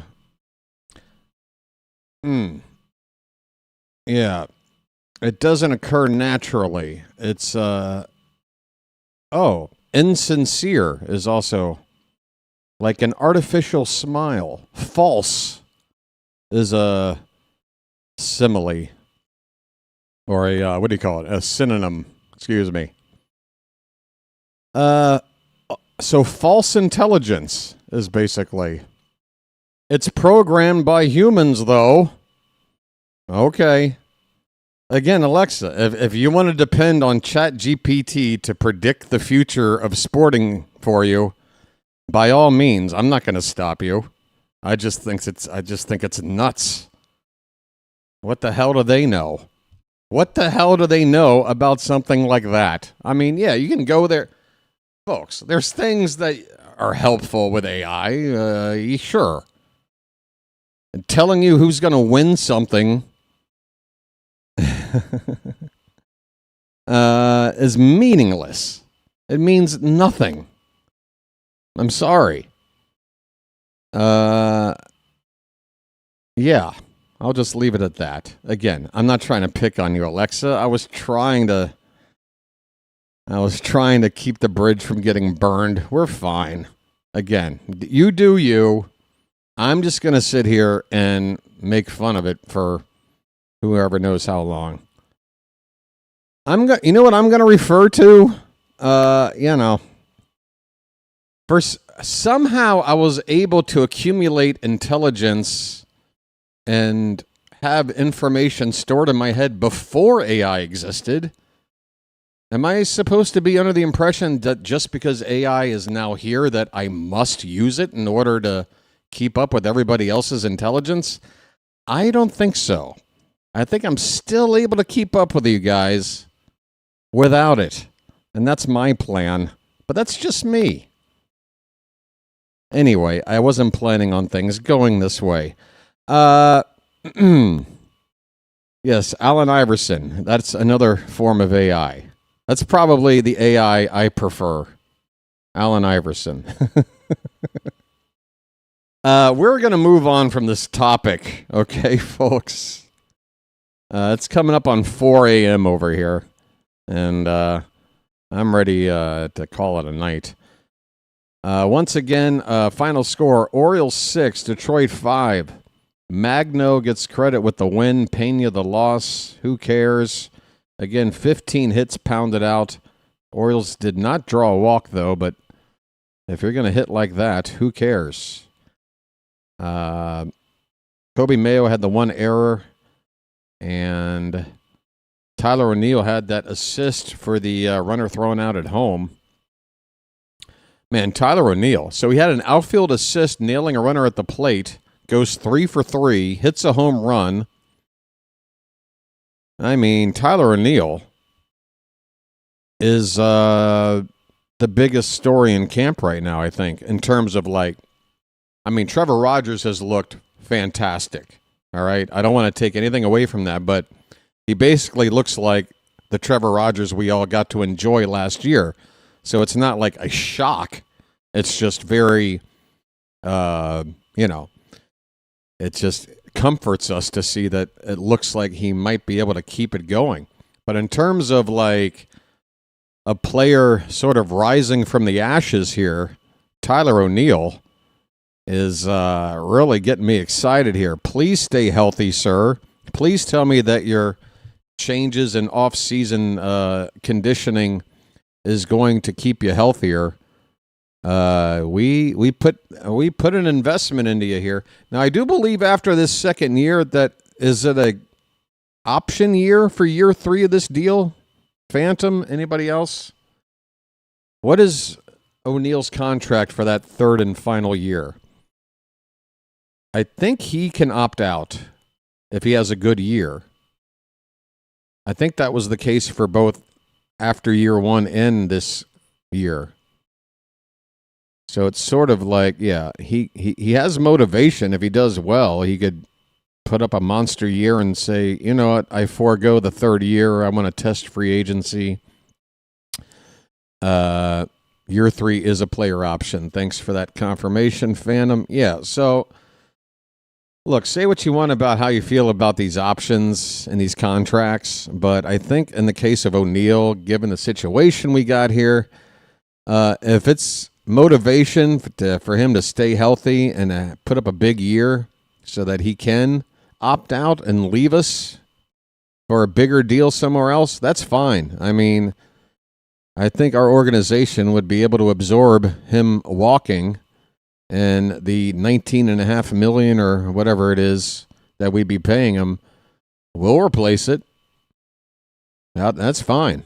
So, yeah, I think let's just get a good year out of O'Neill, and whatever happens resulting from a good year, so be it. I'm good either way. All right. I think that is going to wrap things up. Hey, David in France was here. How you doing, David? And let me just shout out as many people as I can. Colton Berge, Nomadic Brian, David in France, Cosmos Archipelago, Phantom is here, of course, JJ as well, Alexa again. Let's agree to disagree about our love of AI. Nomadic Brian, did I say your name already? George. It looks like a lot of you are all the same people. Chilo was here. On Point. Travis. Bobo. Oh, my brother stopped in. And again, he's calling me by the names he called me when I was like 5 years old. Can't help himself. But he says he loves his brother, the Birdwatcher. Thank you, Matt. I love you too, buddy. If you're still around, thank you. And on the vertical side here, we had Charles hanging out over there. Let me see. Oh, I can unplug this and just put it in my lap. That's what she said. Hold on. Yeah, let's see here. Now that I can read. Yes. Oh my God, I can't read. Ugh. It's yeah. Carl Schaefer over on the vertical side. Phantom was hanging out over there. Stamatis Nicolou. Forgive me if I butchered that. Yeah, we're trying to grow a crowd over on the vertical side as well, and just a couple of games into it, it seems to be growing nicely. So, yeah, I'm very pleased with how things are going so far, considering that it was sort of a stumble out of the gate over here on my end with the Wi-Fi issues and what have you. But we are working out the kinks, and yeah, I felt like I called a pretty good game today. Hope you enjoyed it. Once again, tomorrow, no televised game. I will be back for Saturday afternoon, 1:05 first pitch. We'll be on the air 12:45, 12:50-ish. You can always set your YouTube notification to give you an alert. Hope to see you back as we play the Braves. Do check in, though, if you're a fan, sometime late in the afternoon to see how we did against Pittsburgh tomorrow, because Shane Baz is going to be making his Orioles debut, and we are hoping that he's going to have a really big impact for the team in the rotation. If he does, look out. Just another reason to feel optimistic about our chances this season. If Shane Baz can be a really good pitcher. He's got some upside. It's possible. It's possible he could really, really be good. I hope so. But that's it for me for tonight. Thanks, everybody. I appreciate the super chats that came in, and everybody hitting that like button. New subscribers. Thanks to everybody. The mods in the chat for the job you guys do. It's always a pleasure, folks. Have a good rest of your week into Friday night. Go out and have some fun, but have a Bloody Mary or something Saturday and be ready for some baseball early afternoon, okay? Until then, folks, this has been the Birdwatcher, and I'll chirp at you later. Once again, final score today, Orioles 5, Tigers 4. Oh, excuse me. Orioles 6, Tigers 5. All I had to do was get the score right, and I blew it. I need to go. Take care, everybody. See you Saturday.